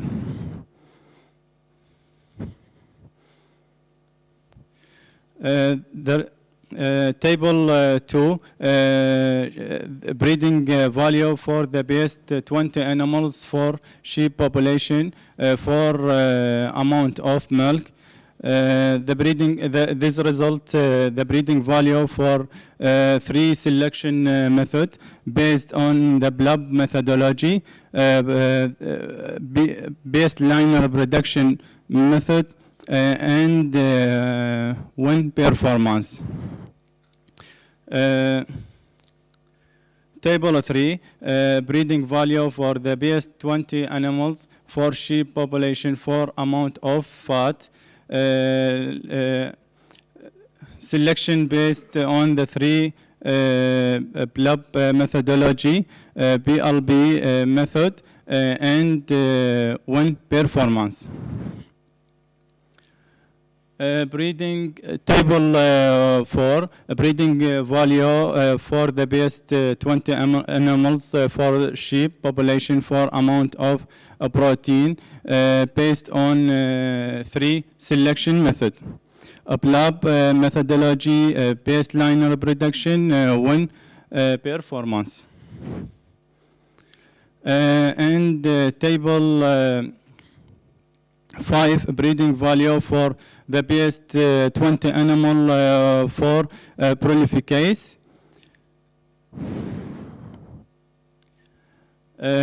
Table 6 Spearman ring correlation. Spearman ring correlation between couples. The BLAB methodology, individual animal model and baseline reproduction. The BLAB methodology and one performance. Baseline production and one performance for the amount of milk, fat, protein, and prolificase.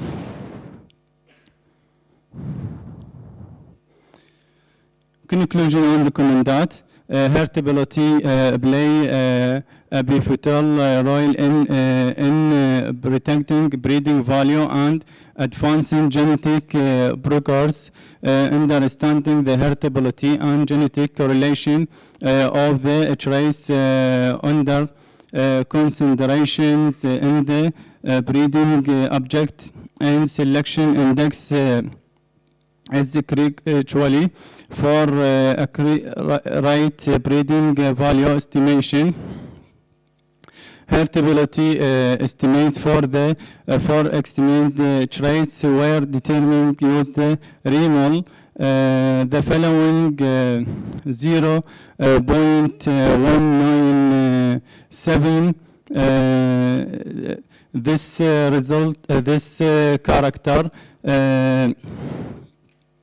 have an determine genetic intermediate by 3 by conducting selection for sheep use 3 distinct approaches and subsequently combining them normally selection based on one performance, selection based on the baseline unbiased prediction method and baseliner method selection indices. This question that any of these three methods could be effectively employed for candidate selection. The breeding while should be to improve milk performance. Aceste reference. Vă mulțumesc pentru atenție.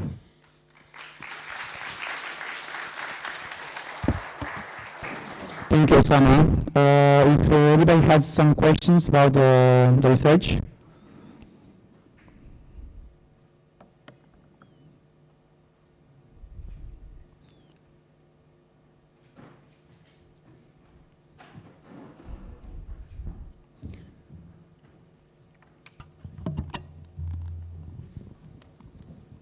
Mr. Osama, I'm a horticulturist, so please take it like this. Could you explain to me this sheep race, it has something to do with merinos? Because you mentioned that your research was on selection for milk production. Yeah. Is the same race as merinos used also for the milk production, or it's another race? Sheep. The same. La balas. It's a selection. Milk. Okay, it's a selection of. Okay. Yeah. Could you repeat for the other friends? Selection for same sheep. The balas la Constanța. Vorbesc la limba română, e bine? Da. Am folosit 3 metode de selecție methodology بلاب شي baseline protecting methodology بلاب she win performance properly. Okay, so You can use any method, then the three selection method for explain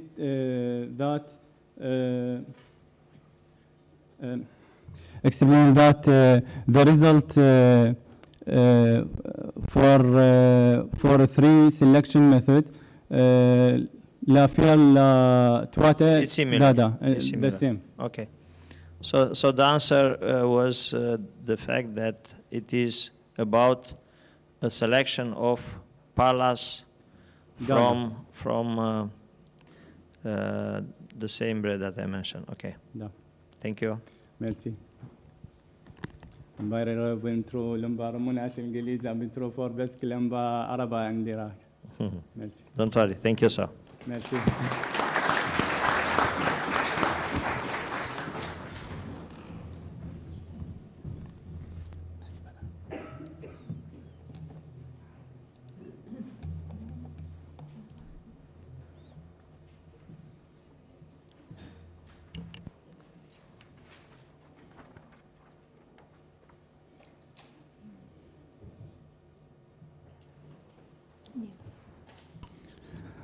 The next research will be the research of Neil Joseph Tilchet.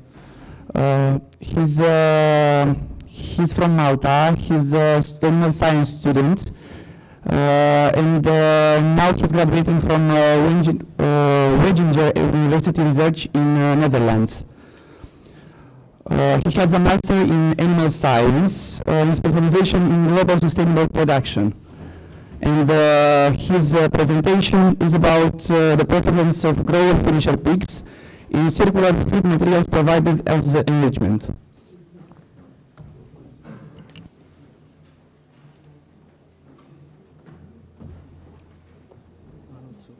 It's okay. Yeah. You have to speak on the microphone. Okay, no problem.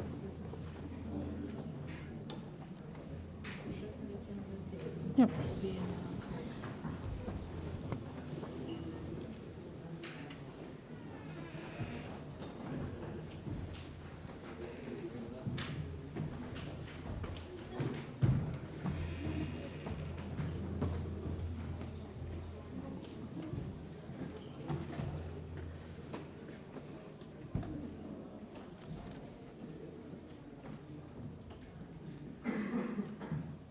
Okay, I guess we can start. So, good morning, everyone. Thank you for the introduction, Leon. So, I'll be talking about the research which I carried out over the past summer months in Ireland at Chagask Institution, where there was a pig research facility.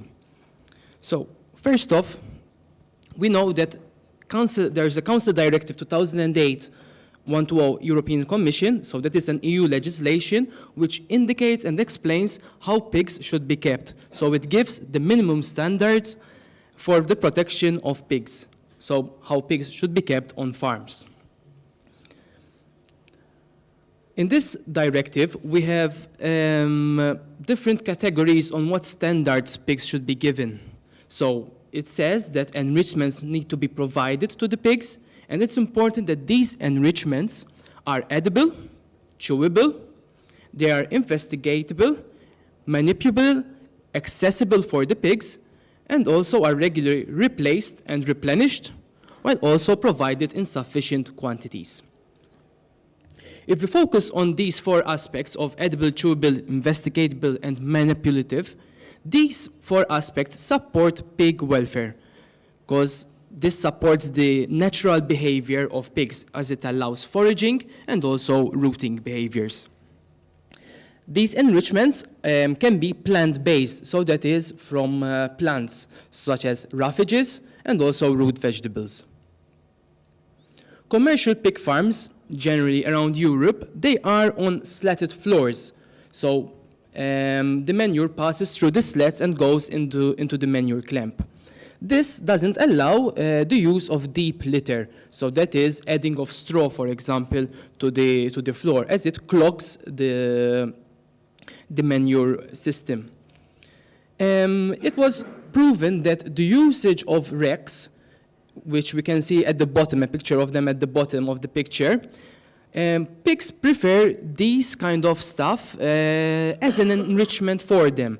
So it helps them to react more to them and interact more. The materials given in these racks can be kept clean because they are not in contact with the floor, so they don't get dirty, and also it allows easy access for the pigs. It has been studied that straw is classified as the golden standard. So that is the best type of material to use to improve the enrichment, as it reduces the negative and unwanted behaviors. However, in Ireland specifically, there's issues with straw production due to the unfavorable weather conditions. So if we look at the most produced products in Ireland, the most vegetable products, we have cabbage, which is the second most important vegetable because it's among the most produced. 16% of all fields in Ireland, they produce cabbage. And also we have grass, as you might know well. There's a lot of beef production in Ireland, so they use a lot of pastures for this beef. But also the pastures can be harvested and you can make grass silage out of it. And there's also an increased popularity nowadays with oilseed rape. So from this you can make vegetable oil. And from the oilseed rape, from what remains, the stalk, you can make straw. And the straw you can then shred and use as rape shavings, which have been used for this experiment. So the main question would be, do pigs have a preference between the different materials we just saw now? And a secondary aim would be, does the location of the rack where the enrichment is given affect the pigs?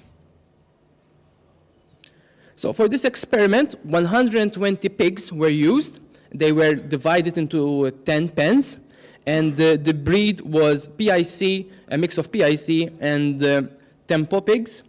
So it was a mixed breed, and they were in mixed sex groups, so there was both males and females in the pen, and no regrouping was done. So the pigs, when they were taken from the weaner stage to the finisher stage, they were kept in the same groups.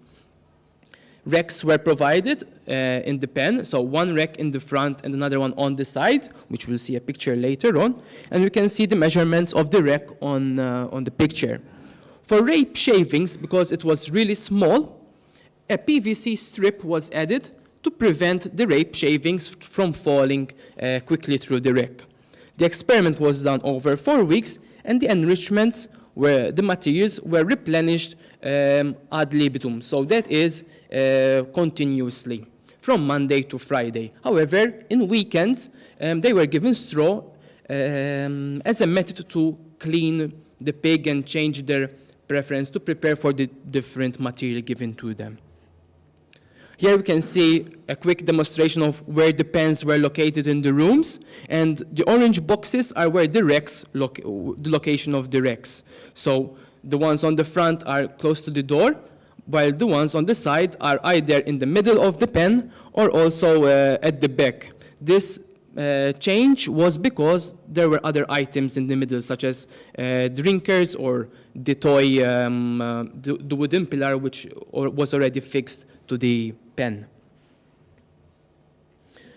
The rotation of how the enrichments happened, so G is grass, R is rape shavings, S is grass silage, and C is cabbage.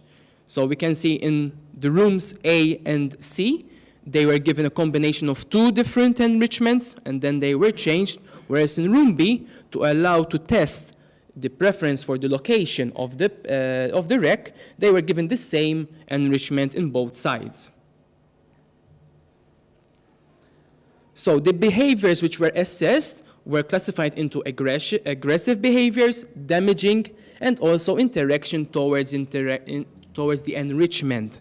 So that is how many times the pigs play with the rack, for example, or lift the rack or take out the material. The observations were done twice a week, and on each day, the pen was observed 4 times for 5 minutes. The behaviors were then counted and then divided by the number of pigs and per 5 minutes. And the statistics was analyzed through SAS with a linear general model.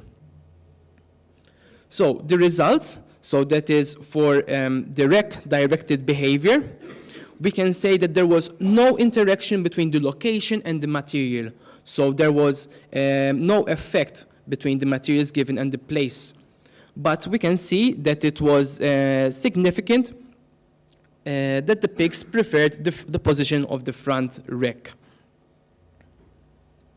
When we look at the rec-directed behavior towards the amount of materials, so the preference for the materials given, we can see that there was an overall effect of the material, so it was significant, it did make a difference. However, when it comes to pairwise comparison, the only difference which was significant was between cabbage and rape. So that is that pigs preferred more cabbage than rape. However, when comparing the others, there was no significance. But we can see that cabbage is the most interacted with. If we look at the group behavior, we can see that there was no effect of the enrichments on the amount of aggression between pigs. So it didn't make a difference. However, there was an overall effect of the enrichment when it comes to the combination of the damaging behavior. So that is the frequency of how much damaging behavior is done. And we can see that the different combinations from the least to the most mean damaging behavior occurrence. So we can see that cabbage and silage, for example, was the least where damaging behaviors were observed, whereas cabbage and rape combination was the most where damaging behavior was done. If you look at the enrichment use, so that is the quantity of the enrichment taken up, so the replenishment rates, when we compare the front versus the side, we can see that there was no interaction between the location again and the material. And also the location had no significant effect on the amount of consumption.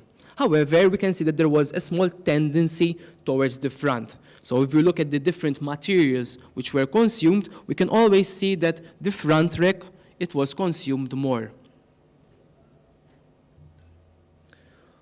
When it comes to the materials, the enrichments given, the quantity of material given, we can see that cabbage was almost always significantly preferred compared to the other materials.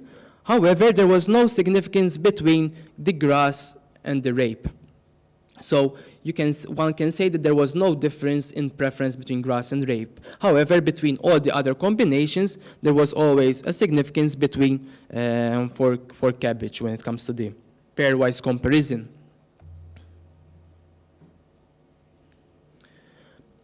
Overall, we can see that cabbage was the most consumed.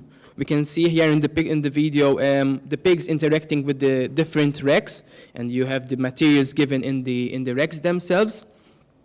There was overall the interactions given matched with the quantity replenished. So cabbage was the most replenished, and it was also the most interacted with. We also saw that there was a significant preference with interactions only between cabbage and rape shavings. So this could be potentially because of the difference in dry matter content, but it could also be because of sugar content, because cabbage, of course, is more sweet when it comes to rape shavings. It has more water content, but further analysis needs to be done to be able to come to this conclusion. It could also be noticed that pigs interacted more with the recs when they saw other pigs playing with the rec. So it could be that they also, replicated the behaviors of others. And in the initial weeks, some pigs were not able to reach the recs. However, when they saw other pigs playing with the recs, they would just go next to them and interact with the material which falls on the ground. Grass and silage had similar interactions. However, silage was almost double the amount consumed. So it could be that silage is more fibrous, so it is more long. It is, so when it is taken out of the rack, it is taken more in clumps, in high quantities. Generally, research about enrichments show that the increased interactions with enrichments will reduce the pen-mate directed behavior, so that is the aggression or damaging behavior on the pigs, on each other. However, in this case, we only saw that there was only a decrease in damaging behavior. There was no change in aggression. Generally, there was a tendency for a preference for the front rack. However, there are some limitations when using fresh materials. So using cabbage, for example, which is wasted cabbage, not like instead of throwing it away, one can use cabbage. The issue could be that it's very labor intensive. It needs a lot of storage facilities because cabbage can go quite bad over 1 or 2 days because it's a fresh product. So it takes some time to take care of, and also the costs of purchasing such waste products. One should also note that the racks ideally should be placed in a commonly reached areas, which is close to the eating, drinking, and defecation, but still should be in a clean place. All materials provided to the pigs as enrichments were accepted by the pigs, and the only preference was between cabbage and rape shavings. So we can say that these materials can be provided in combination to support the welfare of the pigs. And also, by doing so, we're aiming for better sustainability because we're achieving circularity. Further studies would need to be done to be able to analyze the effect on the growth, performance, and the health when giving such materials, and also further analysis on the types of behavior effect. It could also be possible that such materials are incorporated with the diet, so part of the nutrition of the pigs, while also at the same time you're improving the enrichments. And I would like to conclude my final message is that the way forward for agriculture in the world is through sustainable and circular production by closing off the chains. That has been my presentation, and please feel free to connect, and if you would like to ask questions or get further information about these topics or any other topics which I carried out throughout my studies at university, please feel free to contact me and reach out. Thank you.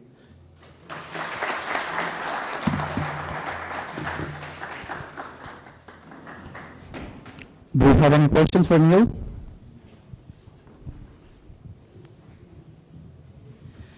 Do you believe that there would be any benefit in looking at the different sexes and how they interact within the pen with new food materials? Because the female behavior and male behavior in pigs can drastically differ. So I'm just wondering, I think they have RFID tags in their ears. Is that correct? Like they're identifying tags? Yeah. So would there be any data that could be collected based on which sex of the animal is interacting more with the racks? I think it could be possible to be analyzed further to do so. However, the facilities, how they were, the rack was easily accessible, so it's hard to tell. But if you do place cameras in each pen, I think most probably you can see to do it. However, from a welfare point of view, now they're analyzing that they don't mix the litter. So the litters are kept male to female as they are, or ideally at birth they sex them and group them accordingly. So for example, in this study, they were always 5 males, 5 females, or maybe maximum 6 females and 4 whatever. But yes, indeed, the behavior might affect. But how welfare is progressing at the moment, they're not considering in separating to reduce the amount of stress given to the pigs. So as soon as they're taken out from their mothers, when they are placed in groups, usually they stay in those groups because they are balanced out. Did you notice a difference in the hierarchy behaviors within these pens? Well, With hierarchy, I don't know, but I could always notice that it was always, for example, the same pig who had the tail bitten, for example. However, also from the farmer comments, he told me that the pigs which we were analyzing by giving enrichments compared to the non-trial pigs, they were more relaxed, doing less damaging behavior, so you can see less blood lesions, less scars on them. So from what the farmer observed, he has more experience looking at the pigs every day, of course, and he said that they were more calmer overall.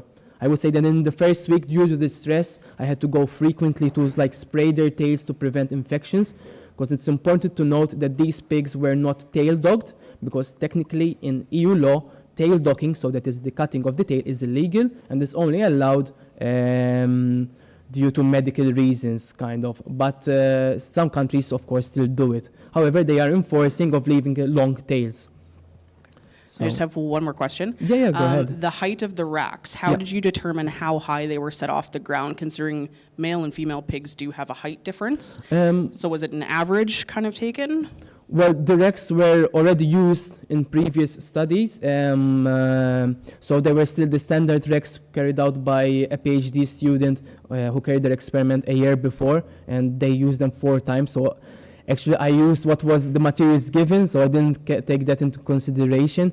But I did observe that in the first week, it didn't really matter that much between males and females when it comes to height, because there were also male pigs who were really small compared to the rest, and there were some female pigs who were bigger in size, for instance, and vice versa in other pens. But the racks were standard, and sometimes we would place like a small brick to help them to reach out. Also for the drinkers, like some piglets had issues with the drinker, and the same case was done by placing a small brick, like a stair, to reach it out. But it was standard because it was placed over the rack, and because I did leave the rack till the end of the stage, it should be in a good position that you don't have to like reduce the height. Also, pigs are quite damaging when it comes to materials given to them. Like some racks had to be tied with extra tie clips to hold them on, because they were like flipping the whole rack inside the pen. But yeah. Okay, thank you. Yeah, you're welcome.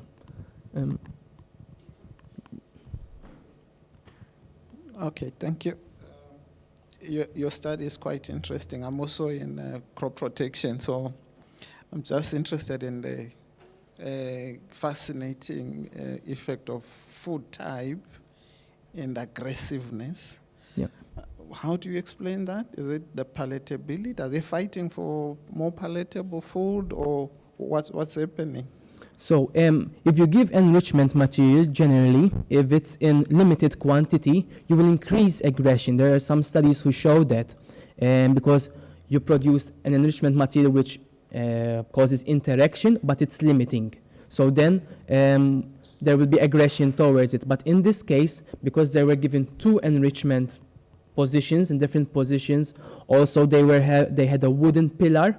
So there was enough enrichment materials distributed for 12 pigs. So in this case, there was no difference in aggression, but yes, there can be the tendency that if you provide only one material, they can end up fighting, competing for competition for it. So when giving enrichments, it's also ideal that you provide enough enrichments distributed for all the pigs, or else it might as well be the case that you don't give at all, because you still have the same aggression. But for animal welfare reasons, EU legislation, it is legally obliged to give enrichment products. So that is like a rubber toy or wooden pillars on the side. I wanted to ask the same question, but I have other 2. The grass was fresh grass or hay? So fresh grass, and then the other one was grass silage. So grass silage put in base, like this one given to the cows. Yeah, okay. But it was fresh grass harvested in that same week. Because Ireland is quite good in producing grass, and it was the rainy season as well. But with the changing climate, they're having issues with grass production, but there's a lot of grass areas. So it was locally sourced from the same research facility, because they harvest the grass every week for sure. Mm-hmm. Yeah. Do you need 2 racks per room, or one is enough? Because you had 2 in different places. Generally, Well, generally they don't even give recs. Ah, I see. Generally they just give, generally the general practice is that there's just a wooden pillar and that's it. But by giving recs, you're increasing the enrichments given to the pigs, meeting animal welfare legislation, and yeah, hopefully reducing the type of damaging behaviors. Thank you. Excellent. Thank you. Yeah. Thank you, everyone.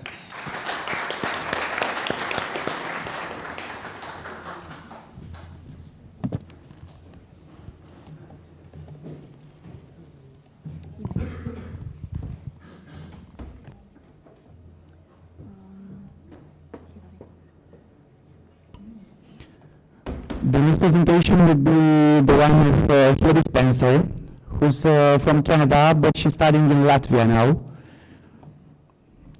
The presentation is about a Canadian flying model for European Union One Health and Animal Welfare Initiative.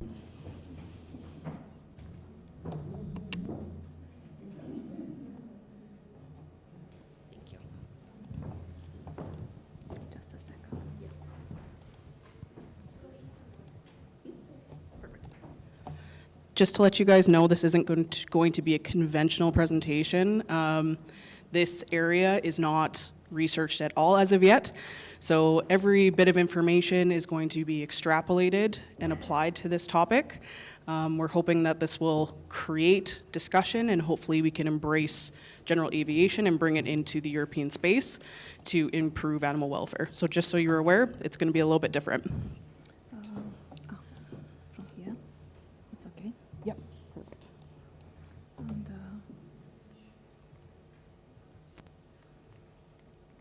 I don't think it's working. We have to put here.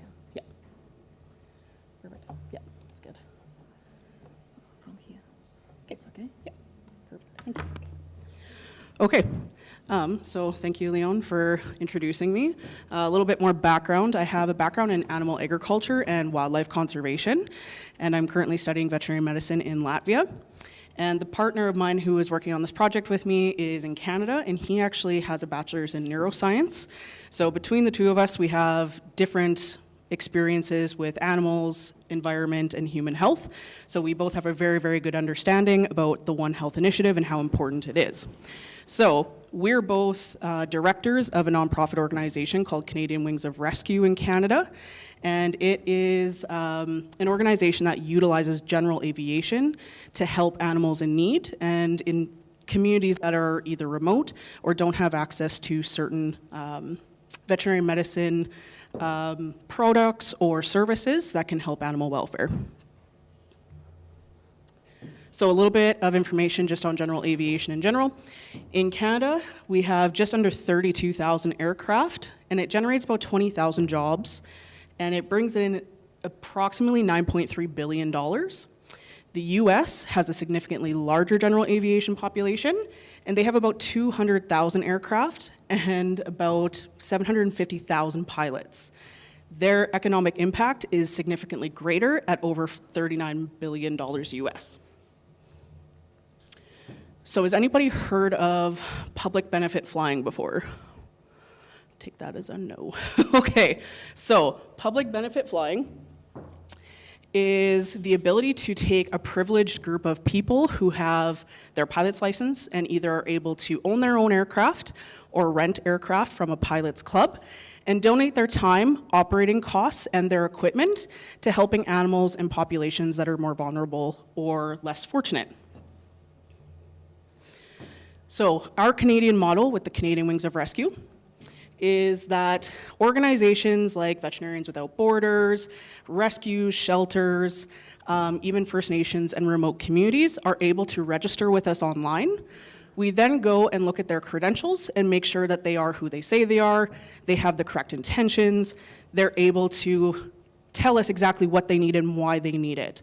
Based on that, we either approve their participation with our organization.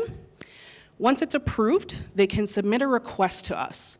That request then comes into our intake officers and our animal health department, and we look at the information that they provide about the animal, why it needs to be transported, where it needs to be transported, and about how soon it has to be transported, if it's an urgent request or not. Then we have a group of transport coordinators and volunteer pilots. They engage on an online platform, and they essentially put their hand in for whatever project is available. So if we have a project flying an owl, somebody will put their hand up, say, I have a plane in this area, I will gladly jump on board and I will transport this owl for you guys. At that point, the transport coordinator contacts the rescue or the rehabilitation area and says, we have a pilot for you, let's try and get this organized. So at that point, they will then start contacting airports and arranging when this animal is going to be flown out. Once that transport has been successful, then we send out surveys asking the pilot and the rescues how this transport went. How did they feel about it? Was it positive? Was it good? And for the most part, it has been good. After COVID, it was a little bit difficult to start back up because it was difficult just to get moving. But it has been progressively getting better over the last couple months. So the American model is a decentralized model, and they have a group called Pilots and Paws, and it is massive. But what they do is they rely on their pilots to be the transport coordinator and actually arrange all of the details themselves. So sometimes this can be very, very challenging and actually not as efficient and beneficial. But they do have thousands upon thousands of pilots who are usually ready to fly in an instant. So the Canadian Wings of Rescue model is a centralized model in comparison to the US decentralized.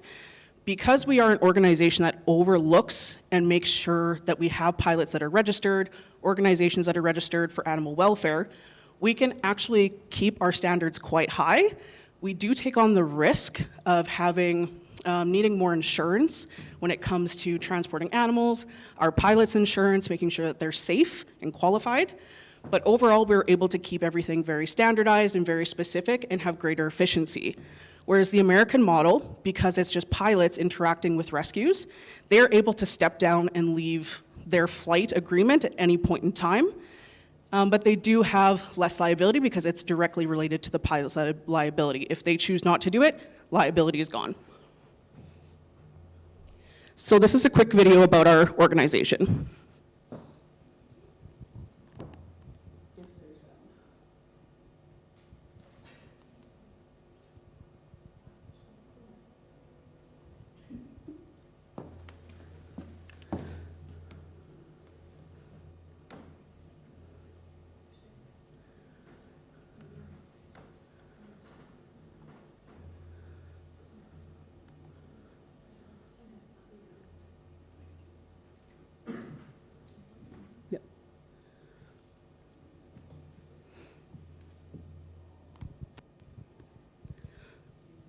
We're gonna try it again? Okay.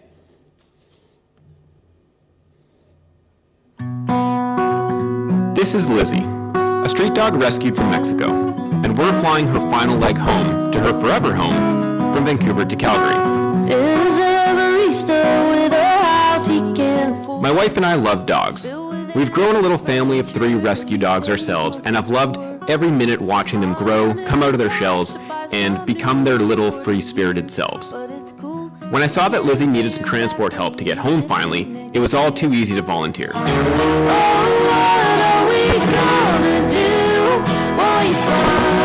Lizzie and her pup were rescued from the streets of Mexico 8 months ago and rehabilitated until they were healthy enough to fly. Her pup was adopted in Portland, and then it was Lizzie's turn. 2 good friends, Christian and Nina, came along to help out, and we met one of the Canadian Wings of Rescue volunteers who brought Lizzie to the airport.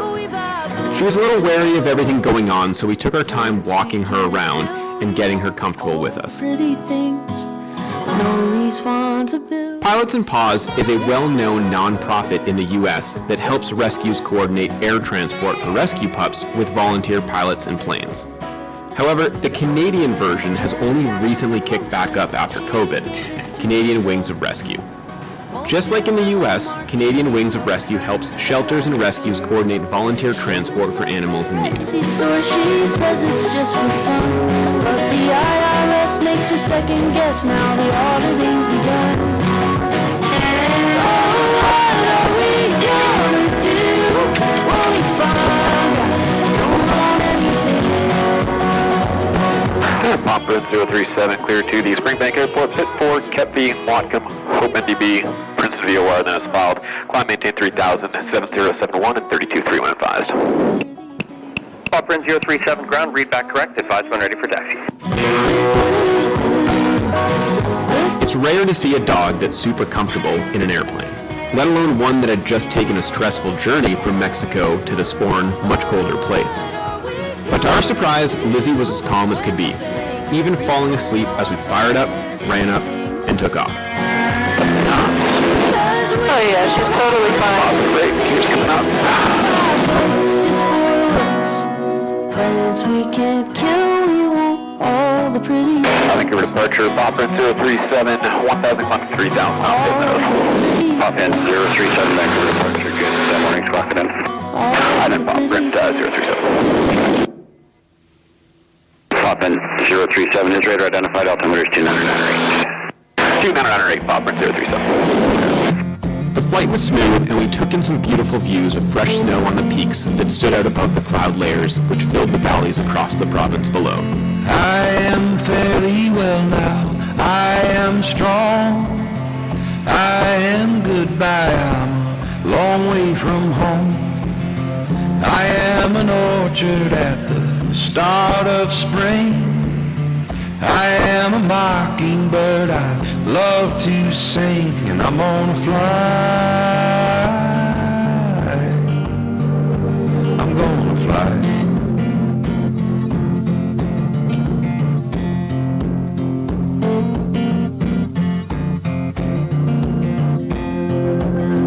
I am an old road, walking on my feet, I am laughing neath the weeping willow tree.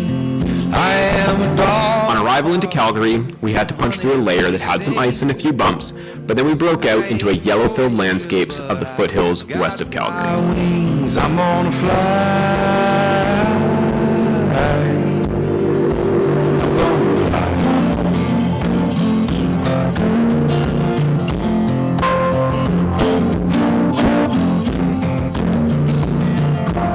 Spotting Lizzie's new family at the FBO was easy, and after we shut down the plane and hopped out, we were treated to one happy dog.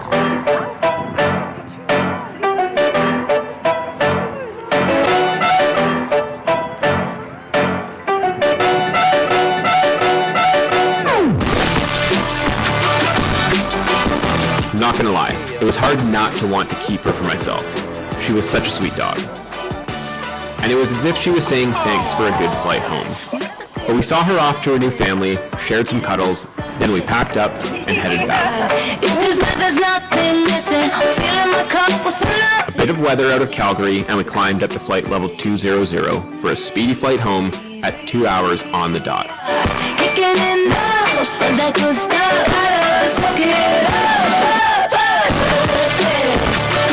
We've watched our dogs come out of their shells and seen their personalities grow for almost 10 years, and it never gets old. Seeing just a glimpse of this from Lizzie on our short trip together was a reminder of how many great little pups there are out there in the world who are so willing to love. I feel like she knows that it's like the end of her like journey right now, because she seems a lot happier right now than earlier before the plane. She had a good nap. Yeah, she did. So I keep on smiling like I do when look in the mirror and I'm back in the mood. 'Cause I'm so sweet, super sound. All general aviation pilots love to fly, and doing this trip for Canadian Wings and Rescue was a great excuse to put that resource that we're fortunate to have to good use. I'll leave a link in the description below to their site, and hopefully we'll be able to get many more pups to their homes in the future.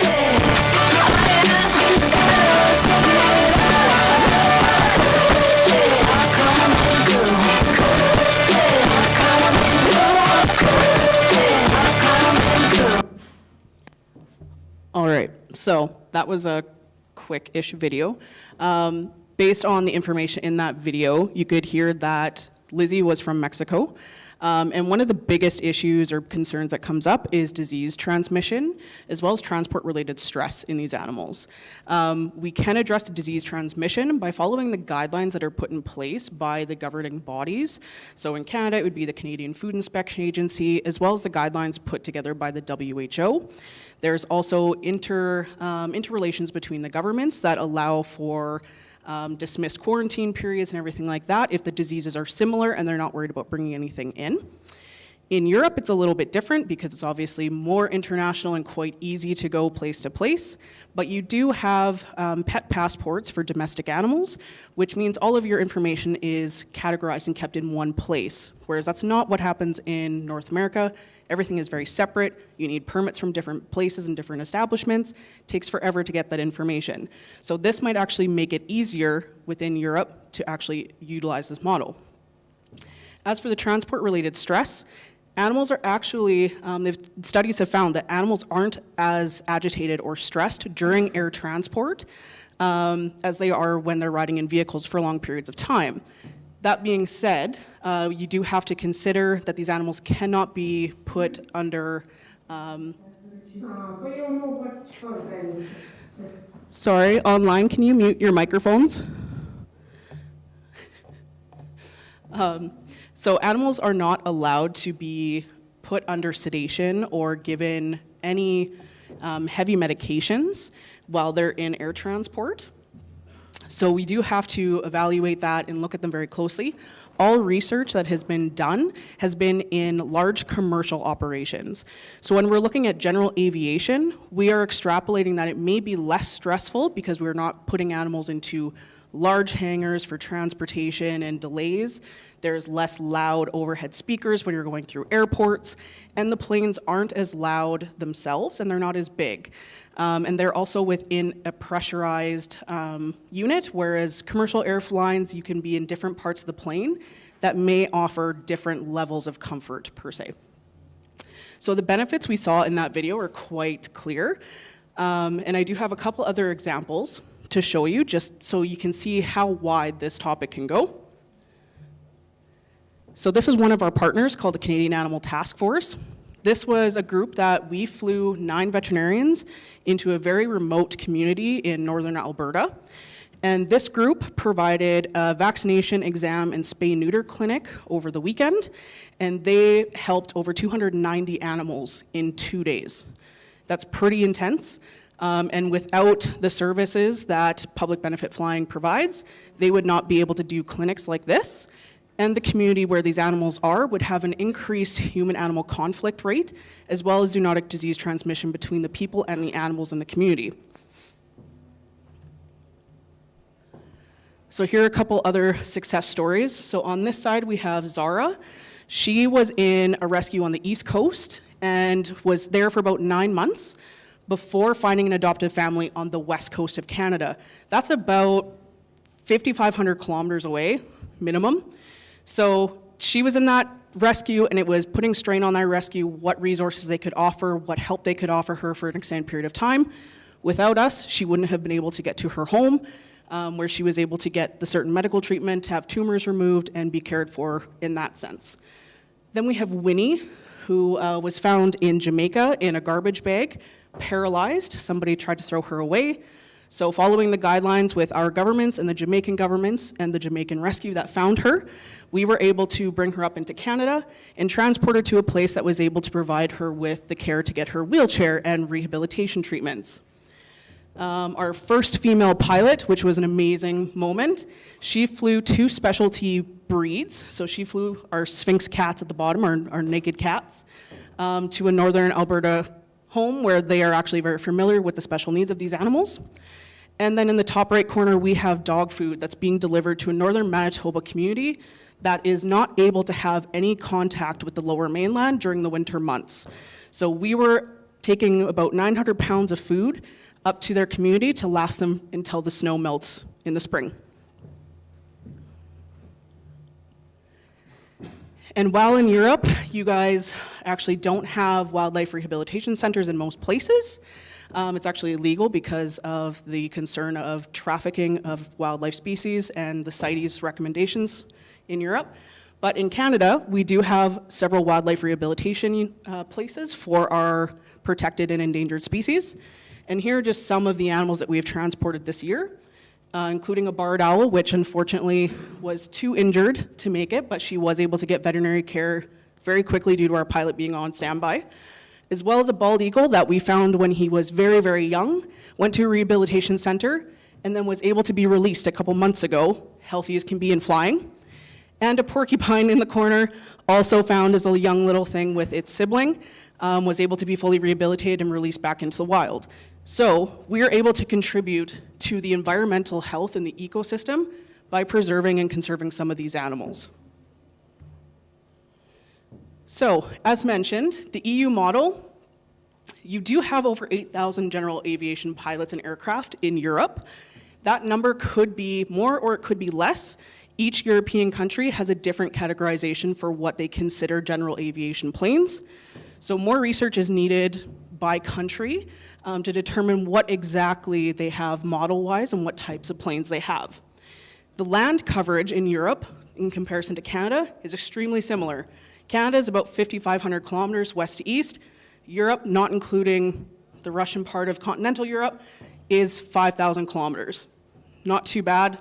Good amount of pilots, that could happen. The documentation with the pet passports, wildlife restrictions, that's not going to happen, so it's not a concern at this time. But the documentation with your passports for your pets could be a massive help and actually be really, really beneficial for international transport. And again, novelty of this concept, it requires a lot more research, but because it's not a profitable avenue, there's not many places who are wanting to sponsor this kind of research, but it is very important and we could utilize it not only for animal welfare, but also for human welfare as well. So I hope that this will generate discussions and we can maybe introduce a general aviation public benefit flying model here. So does anybody have any questions?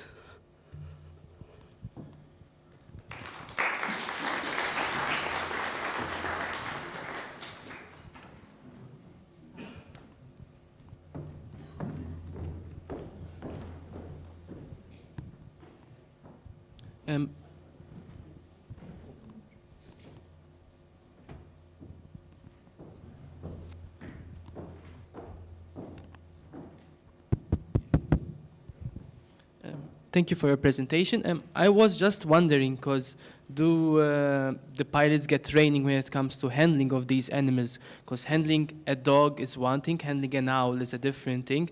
And at the moment, it's true it's on livestock, but there's a big discussion when it comes to transportation of animals which are alive. Do people in Canada get these pilots who volunteer trained for this opportunity, let's say that? So our pilots can undergo specialty training to handle dogs, cats, wildlife. Usually the pilots who are dealing with our wildlife species, they are trained by the organizations that we partner with because they do have very specific guidelines as to how they want it transported. Wildlife is not frequently handled by our pilots due to the increased amount of stress and any capture myopathy that may happen with certain ungulate species.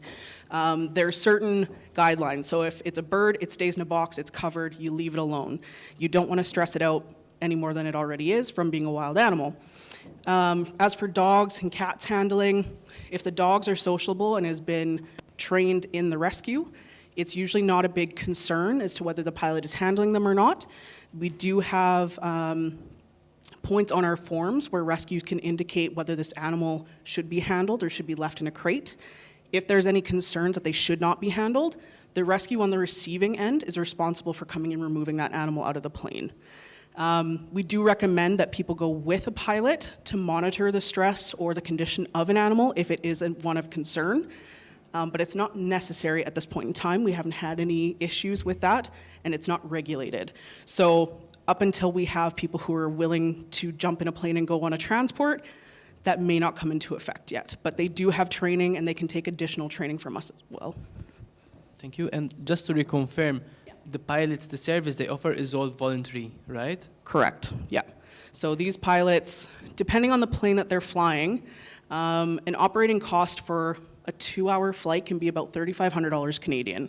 So it's a significant amount of money, and not to mention that they're paying for all of the operating costs and what it takes to maintain that plane. So it's a significant amount of money, but they love to fly. So if they're flying anyway, they may as well add a cute companion into it anyway. So, but yeah, everything is volunteer.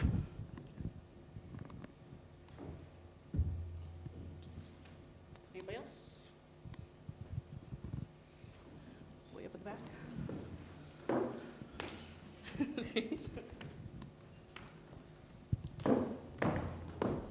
So, I was wondering, have you ever tried transporting larger animals, like, I don't know, ponies, horses, cows, something like that? We haven't in this organization. There is another organization that does more so animal rescue for our environmental emergencies. They have done some removal of livestock.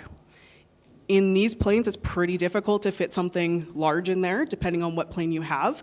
But we have transported bear cubs before, so that can be a little bit on the bigger side. But livestock we have not, and we don't have the equipment to do that safely.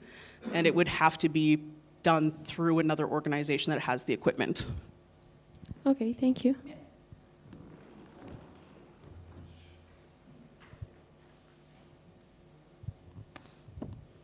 Anybody else?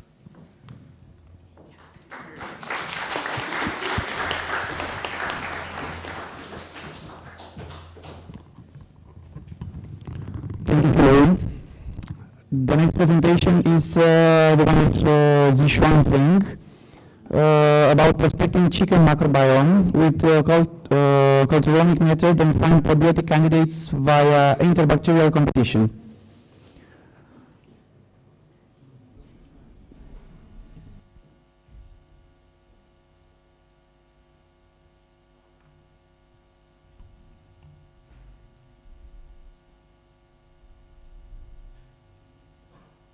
Hello.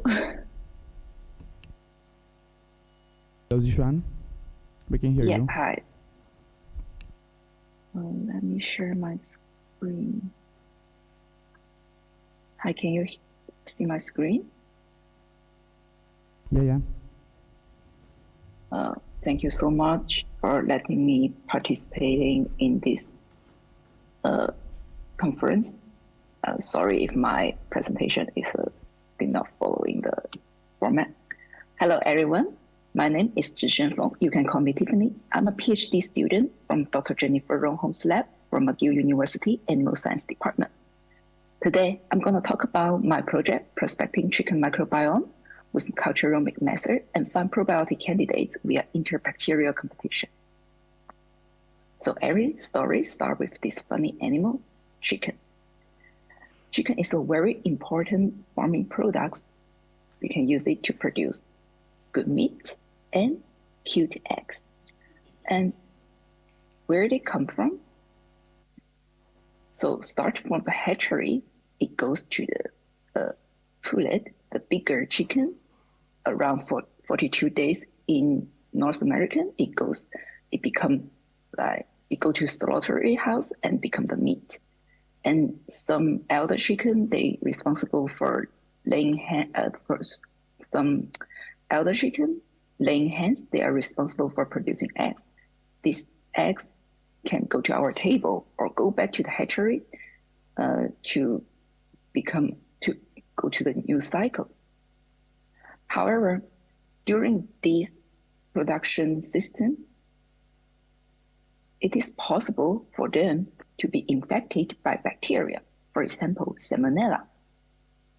And it can be transmitted in their house by horizontal transmission. And also it is impossible to go via a vertical transmission from eggs to the new chicks. In any of this cycle, when it was infected with bacteria, it can transmit it to our table. So it is important for us to control the bacteria infection. Therefore, during the farming, it is important to improve the biosecurity level. Medication, no doubts, is one of the most important approach, and apply with antibiotics is very effective during the whole farming system. However, according to the reports, if we don't stop using antibiotic or stop overusing it, antimicrobial resistance by the end of 2015 might cause 10 million people's death. Therefore, a lot of countries start to stop using antibiotics in livestock, including chicken. So without the use of antibiotic, we need alternative.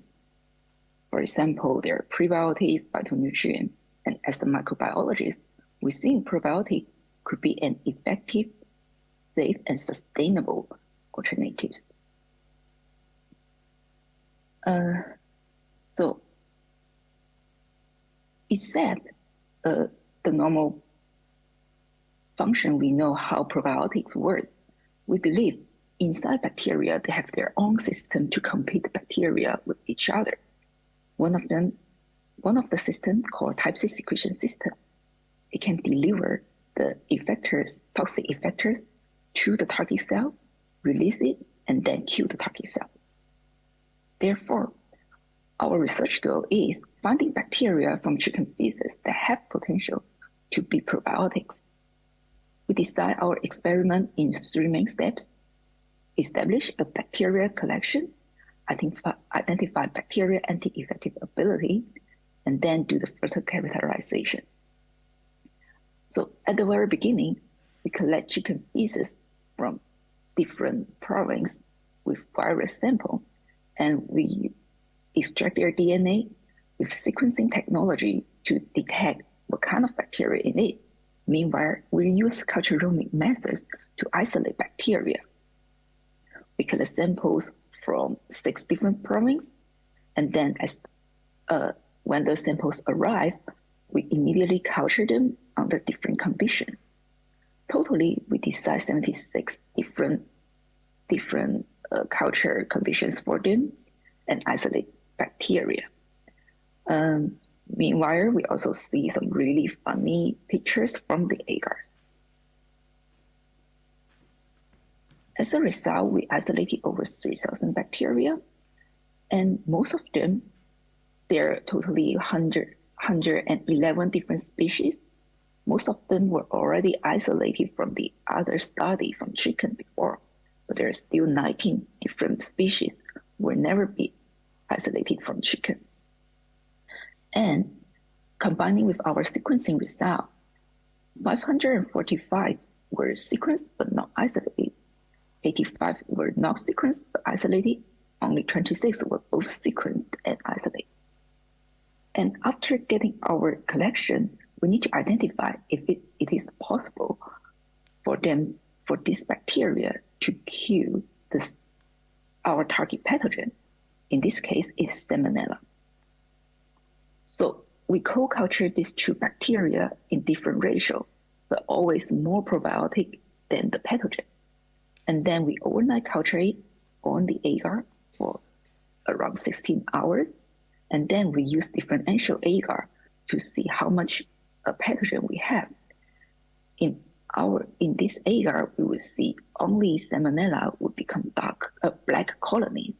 Then when we count, we know how much pathogen, the Salmonella, we have. In these results, we can see some bacteria, for say here. For the negative control, we did not add any other bacteria, so only Salmonella. And this 1/1 and 1/10 means we add our probiotic candidates in different value. Some of them show really significant decrease of our pathogen, and some of them did not show any function. And from all these results, we select 3 bacteria to conduct further investigation, like to see after during the past 16 hours, how our bacteria decrease the pathogen. So we monitor them every 3 hours. If you can see, even though both of them show decrease, however, for this bacteria, it showed significant decrease around 9 hours. However, here only start to show decrease at 15 hours. So we think they must take a different strategy to kill the pathogen. And final step, we will want to know if our bacteria, our probiotic candidates, can it survive in the chicken gut? Is it possible for us to do further analysis, or it is safe for further in vivo tests to use them on the chicken? So for the first question, we did the biosalt tolerance test and acidity tolerance test. AE14 obviously cannot survive in high when we add biosalt. However, JD020 show it obviously can survive in any concentration of biosalt.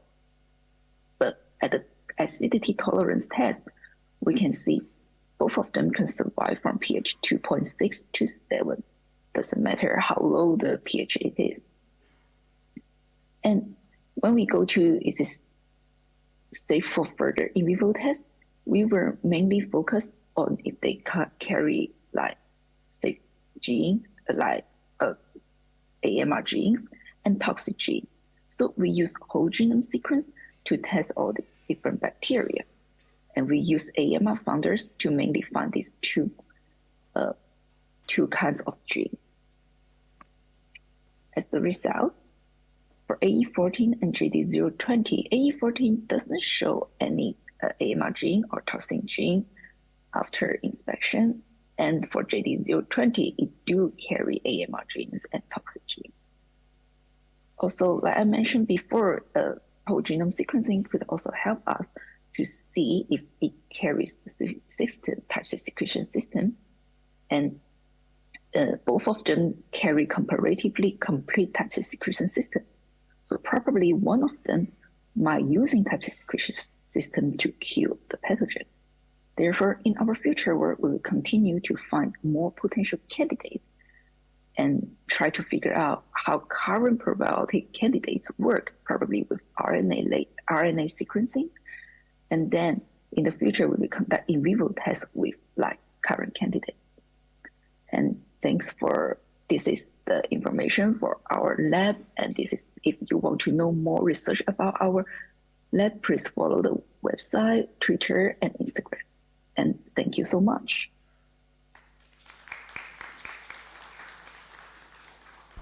Thank you, Zishan. Does anybody have some questions for her?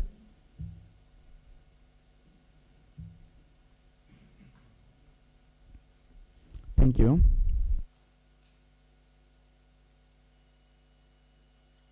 Now we can head to the lunch break.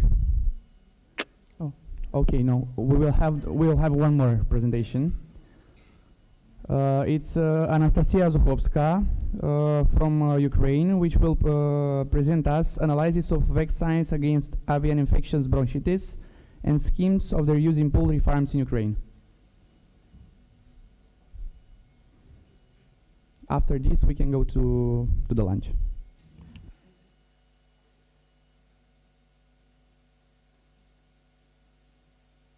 Hello, everyone.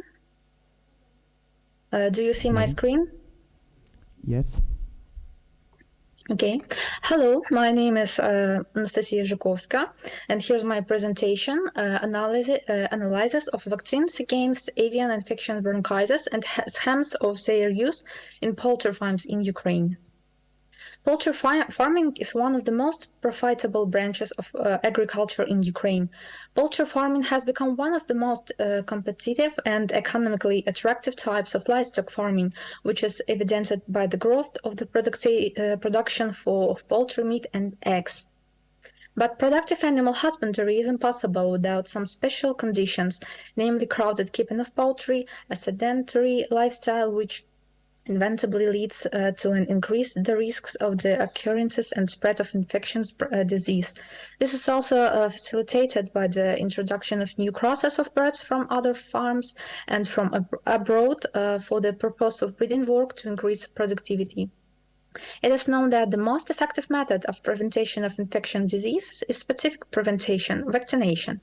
Despite the widespread use of vaccines, avian infection bronchitis remains a serious problem for commercial poultry farming due to the variability of infection agents and their ability to adapt, which complicates prevention and increases the cost of attempts to prevent the disease through immunization.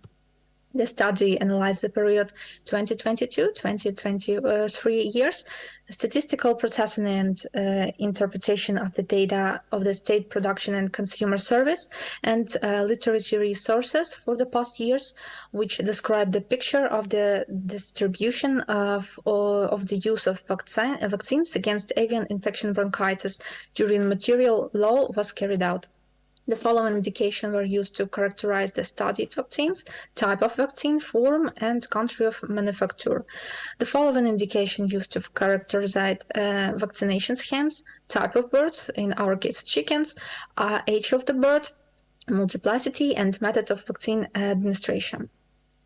The avian infection bronchitis is an acute and highly contagious respiratory disease of chickens of different ages and productivity, known worldwide, which is caused by an RNA virus from the coronavirus family. The virus mainly causes respiratory diseases, can manifested by nephrosonephritic syndrome and damage to the reproductive organs of chickens, but can sometimes lead to the development of unusual pathology, in particular bilateral myopathy and the death of adult birds. A sick bird can die, and if it recovers, its productivity will never match that of a healthy bird, which is economically important for the broiler and egg industry. So this virus is the main cause of economic losses in agriculture. Losses from the disease amount to billions of dollars annually. The best strategy and the only way to control the disease is vaccination, using live and inactivated vaccines. At the same time, the main role is played by the live vaccines, which are usually used to vaccinate broilers and young poultry of industrial and parental herds. All live and inactivated commercial vaccines must be licensed.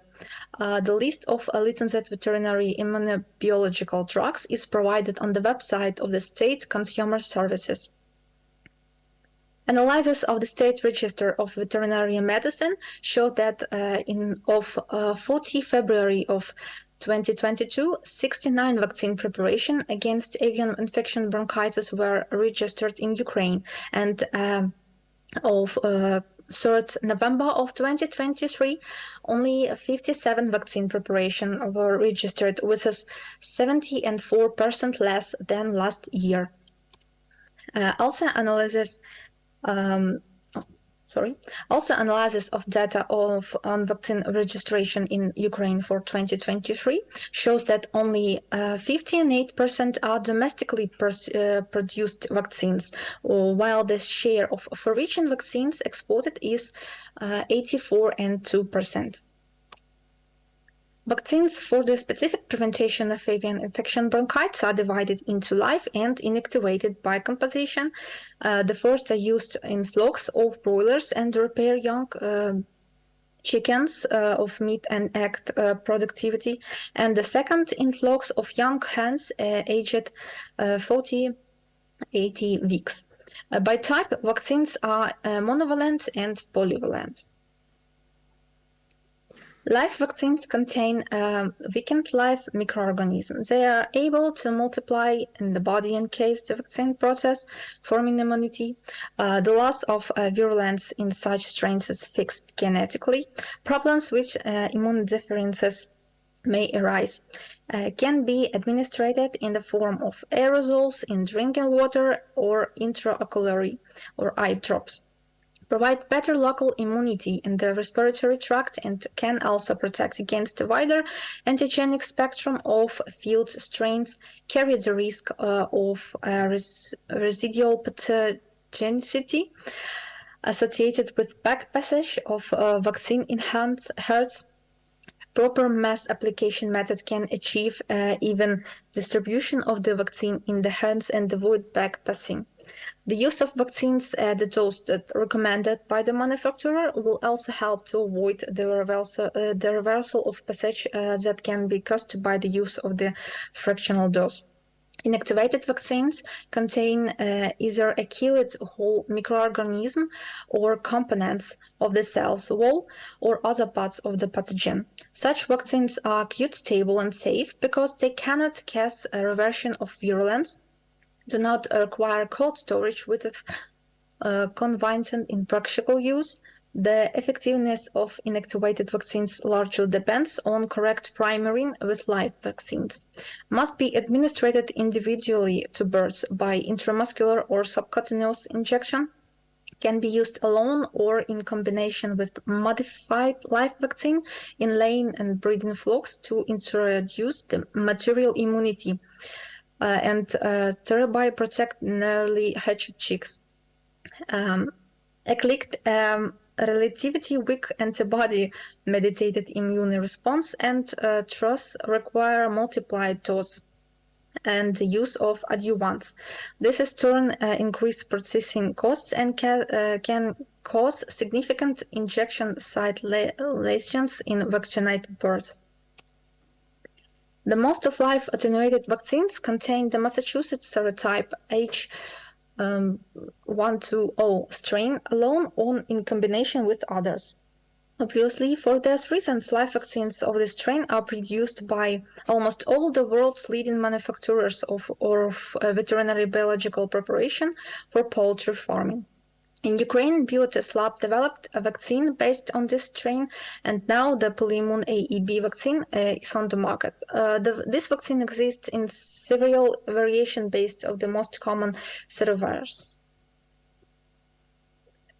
Over previous studies at the Chernushkin poultry factory in 27, the intensity of immunity in the broiler chickens ranged from 3 to 5 log, while maternal antibodies were recorded at the titer of 3, 4, and 6 log, and the number of chickens reacting with a protective titer of antibodies was from 24 to 85%, depending on the time of administration of the AEB vaccine.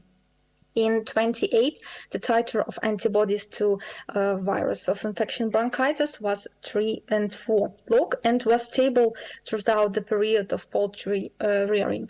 In 29, the initial vaccination of chickens was carried out with the associated vaccine against YAB and Newcastle disease, bullbug, Aero, Heather B1, and Massachusetts. Modified live avian bronchitis, infection bronchitis vaccines contain common strains are usually administered in the drinking water or by coarse spraying and administered on the first day of life or during the first week of life. Broilers, chickens used for meat, do not live long and therefore only receive this single dose. Experimentally on broiler chickens obtained from chickens vaccination against infection bronchitis, it was shown that transvariant antibodies against the disease are maintained in high titers for the first 10-70 days, which is sufficient to protect against the disease, and then the level of antibody titers decrease and does not provide protection against infection. According to this data, it is advisable to vaccinate chickens against infection bronchitis at the age of 60-70 days, since at this period of active production of antiviral antibodies is obsessed. In comparative experiments, it was shown that in case of two-time immunization of broiler chickens on the first day and then at 60-70 days of the age, with a vaccine from the H120 strain or a vaccine from the Massachusetts 5 strain, the level of accumulation of post-vaccination antibodies in the blood serum chickens are equally high and provide reliable protection against infection with the infection bronchitis virus. For birds that live longer, a second dose can be given 2-3 weeks later. Long-lived birds used for breeding and egg production receive multiplied doses of the vaccine at 2, 4, and 6 weeks. Revaccination thereafter depends on the local treat assessment. In practice, it is common to vaccinate long-lived carrier birds with 2 or 3 doses of live attenuated vaccines and then maintain their immunity with repeated doses of inactivated vaccines.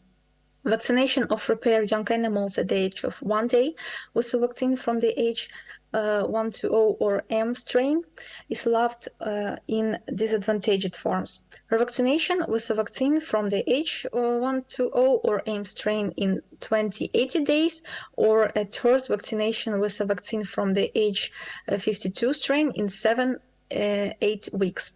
The final vaccination is carried out with an inactivated vaccine at the age of 60-80 weeks. The vaccination program should be fully completed no later than 3 weeks before the start of egg laying. Vaccination of lame and hands during the high laying period causes a decrease in productivity. Broilers are vaccinated at the age of 1 day. For birds that live longer, a second dose can be given 2-3 weeks later. It has been established that maternal antibodies are not of great importance in protection against avian bronchitis, avian infection bronchitis. Therefore, the vast majority of poultry farms vaccinate day-old chicks intranasally or by spray method. To create a long-lasting and strong immunity against infection bronchitis in laying hens, complex vaccination is carried out 3-4 times with a live vaccine at 40 weeks of age, and then with a inactivated vaccine at 40-80 weeks of age. Antibodies in ELISA are detected 2 weeks after the introduction of a live vaccine. This coincides with the appearance of virus neutralization antibodies, which are detected in virus neutralization test, and anti-hemaglutins, which are detected by heat method.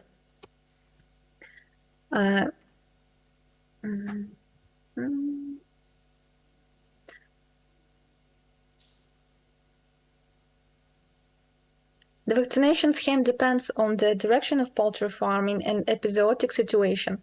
The vast majority of poultry farms vaccinate day-old chicks intranasally or by spray method, and complex vaccination is carried out 3-4 times of age, and which an inactivated vaccine of 40-80 weeks of age, as I said previously. As an alternative of spray vaccination, intraocular administration can be used. In order to achieve full protection, it is necessary to form the collective immunity in hands at least 85%. Individual vaccination methods are the most effective, but they are practically not used in broiler production, and their quality directly depends on the qualification of the staff. As a result of one vaccination against respiratory pathogens, priming by drinking and spraying under ideal condition, a sufficient level of protection is formed in 55-60% on the herd. Therefore, revaccination is mandatory for boosting and increasing the homogeneity of group protection. Due to subcutaneous vaccination in the incubator, the error should not exceed 2%. Immunization quality control should be carried out constantly with the use of ties and assessment of serological status. During 2022-2024 years, the number of vaccines registered in Ukraine decreased significantly. Poultry farms at the country use live and inactivated mono and polyvalent vaccines of domestic and foreign production in their vaccination schemes. Most of the vaccines are foreign vaccines. So far, the vaccines available in the country for prevent vaccination against infection bronchitis of birds, but the trend of decreasing licensed drugs continues. This may lead to worsening of the epizootic situation in the country, because the widespread use of vaccines in the main means of immunoprophylaxis of infection bronchitis and love to ensure well-being in farms. Here's the references. Thank you for your attention. Do you have any questions?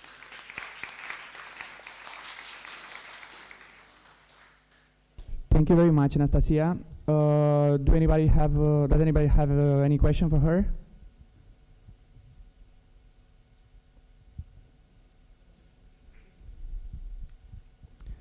10, so then we can go to the lunch, and we have to be back at 14 p.m.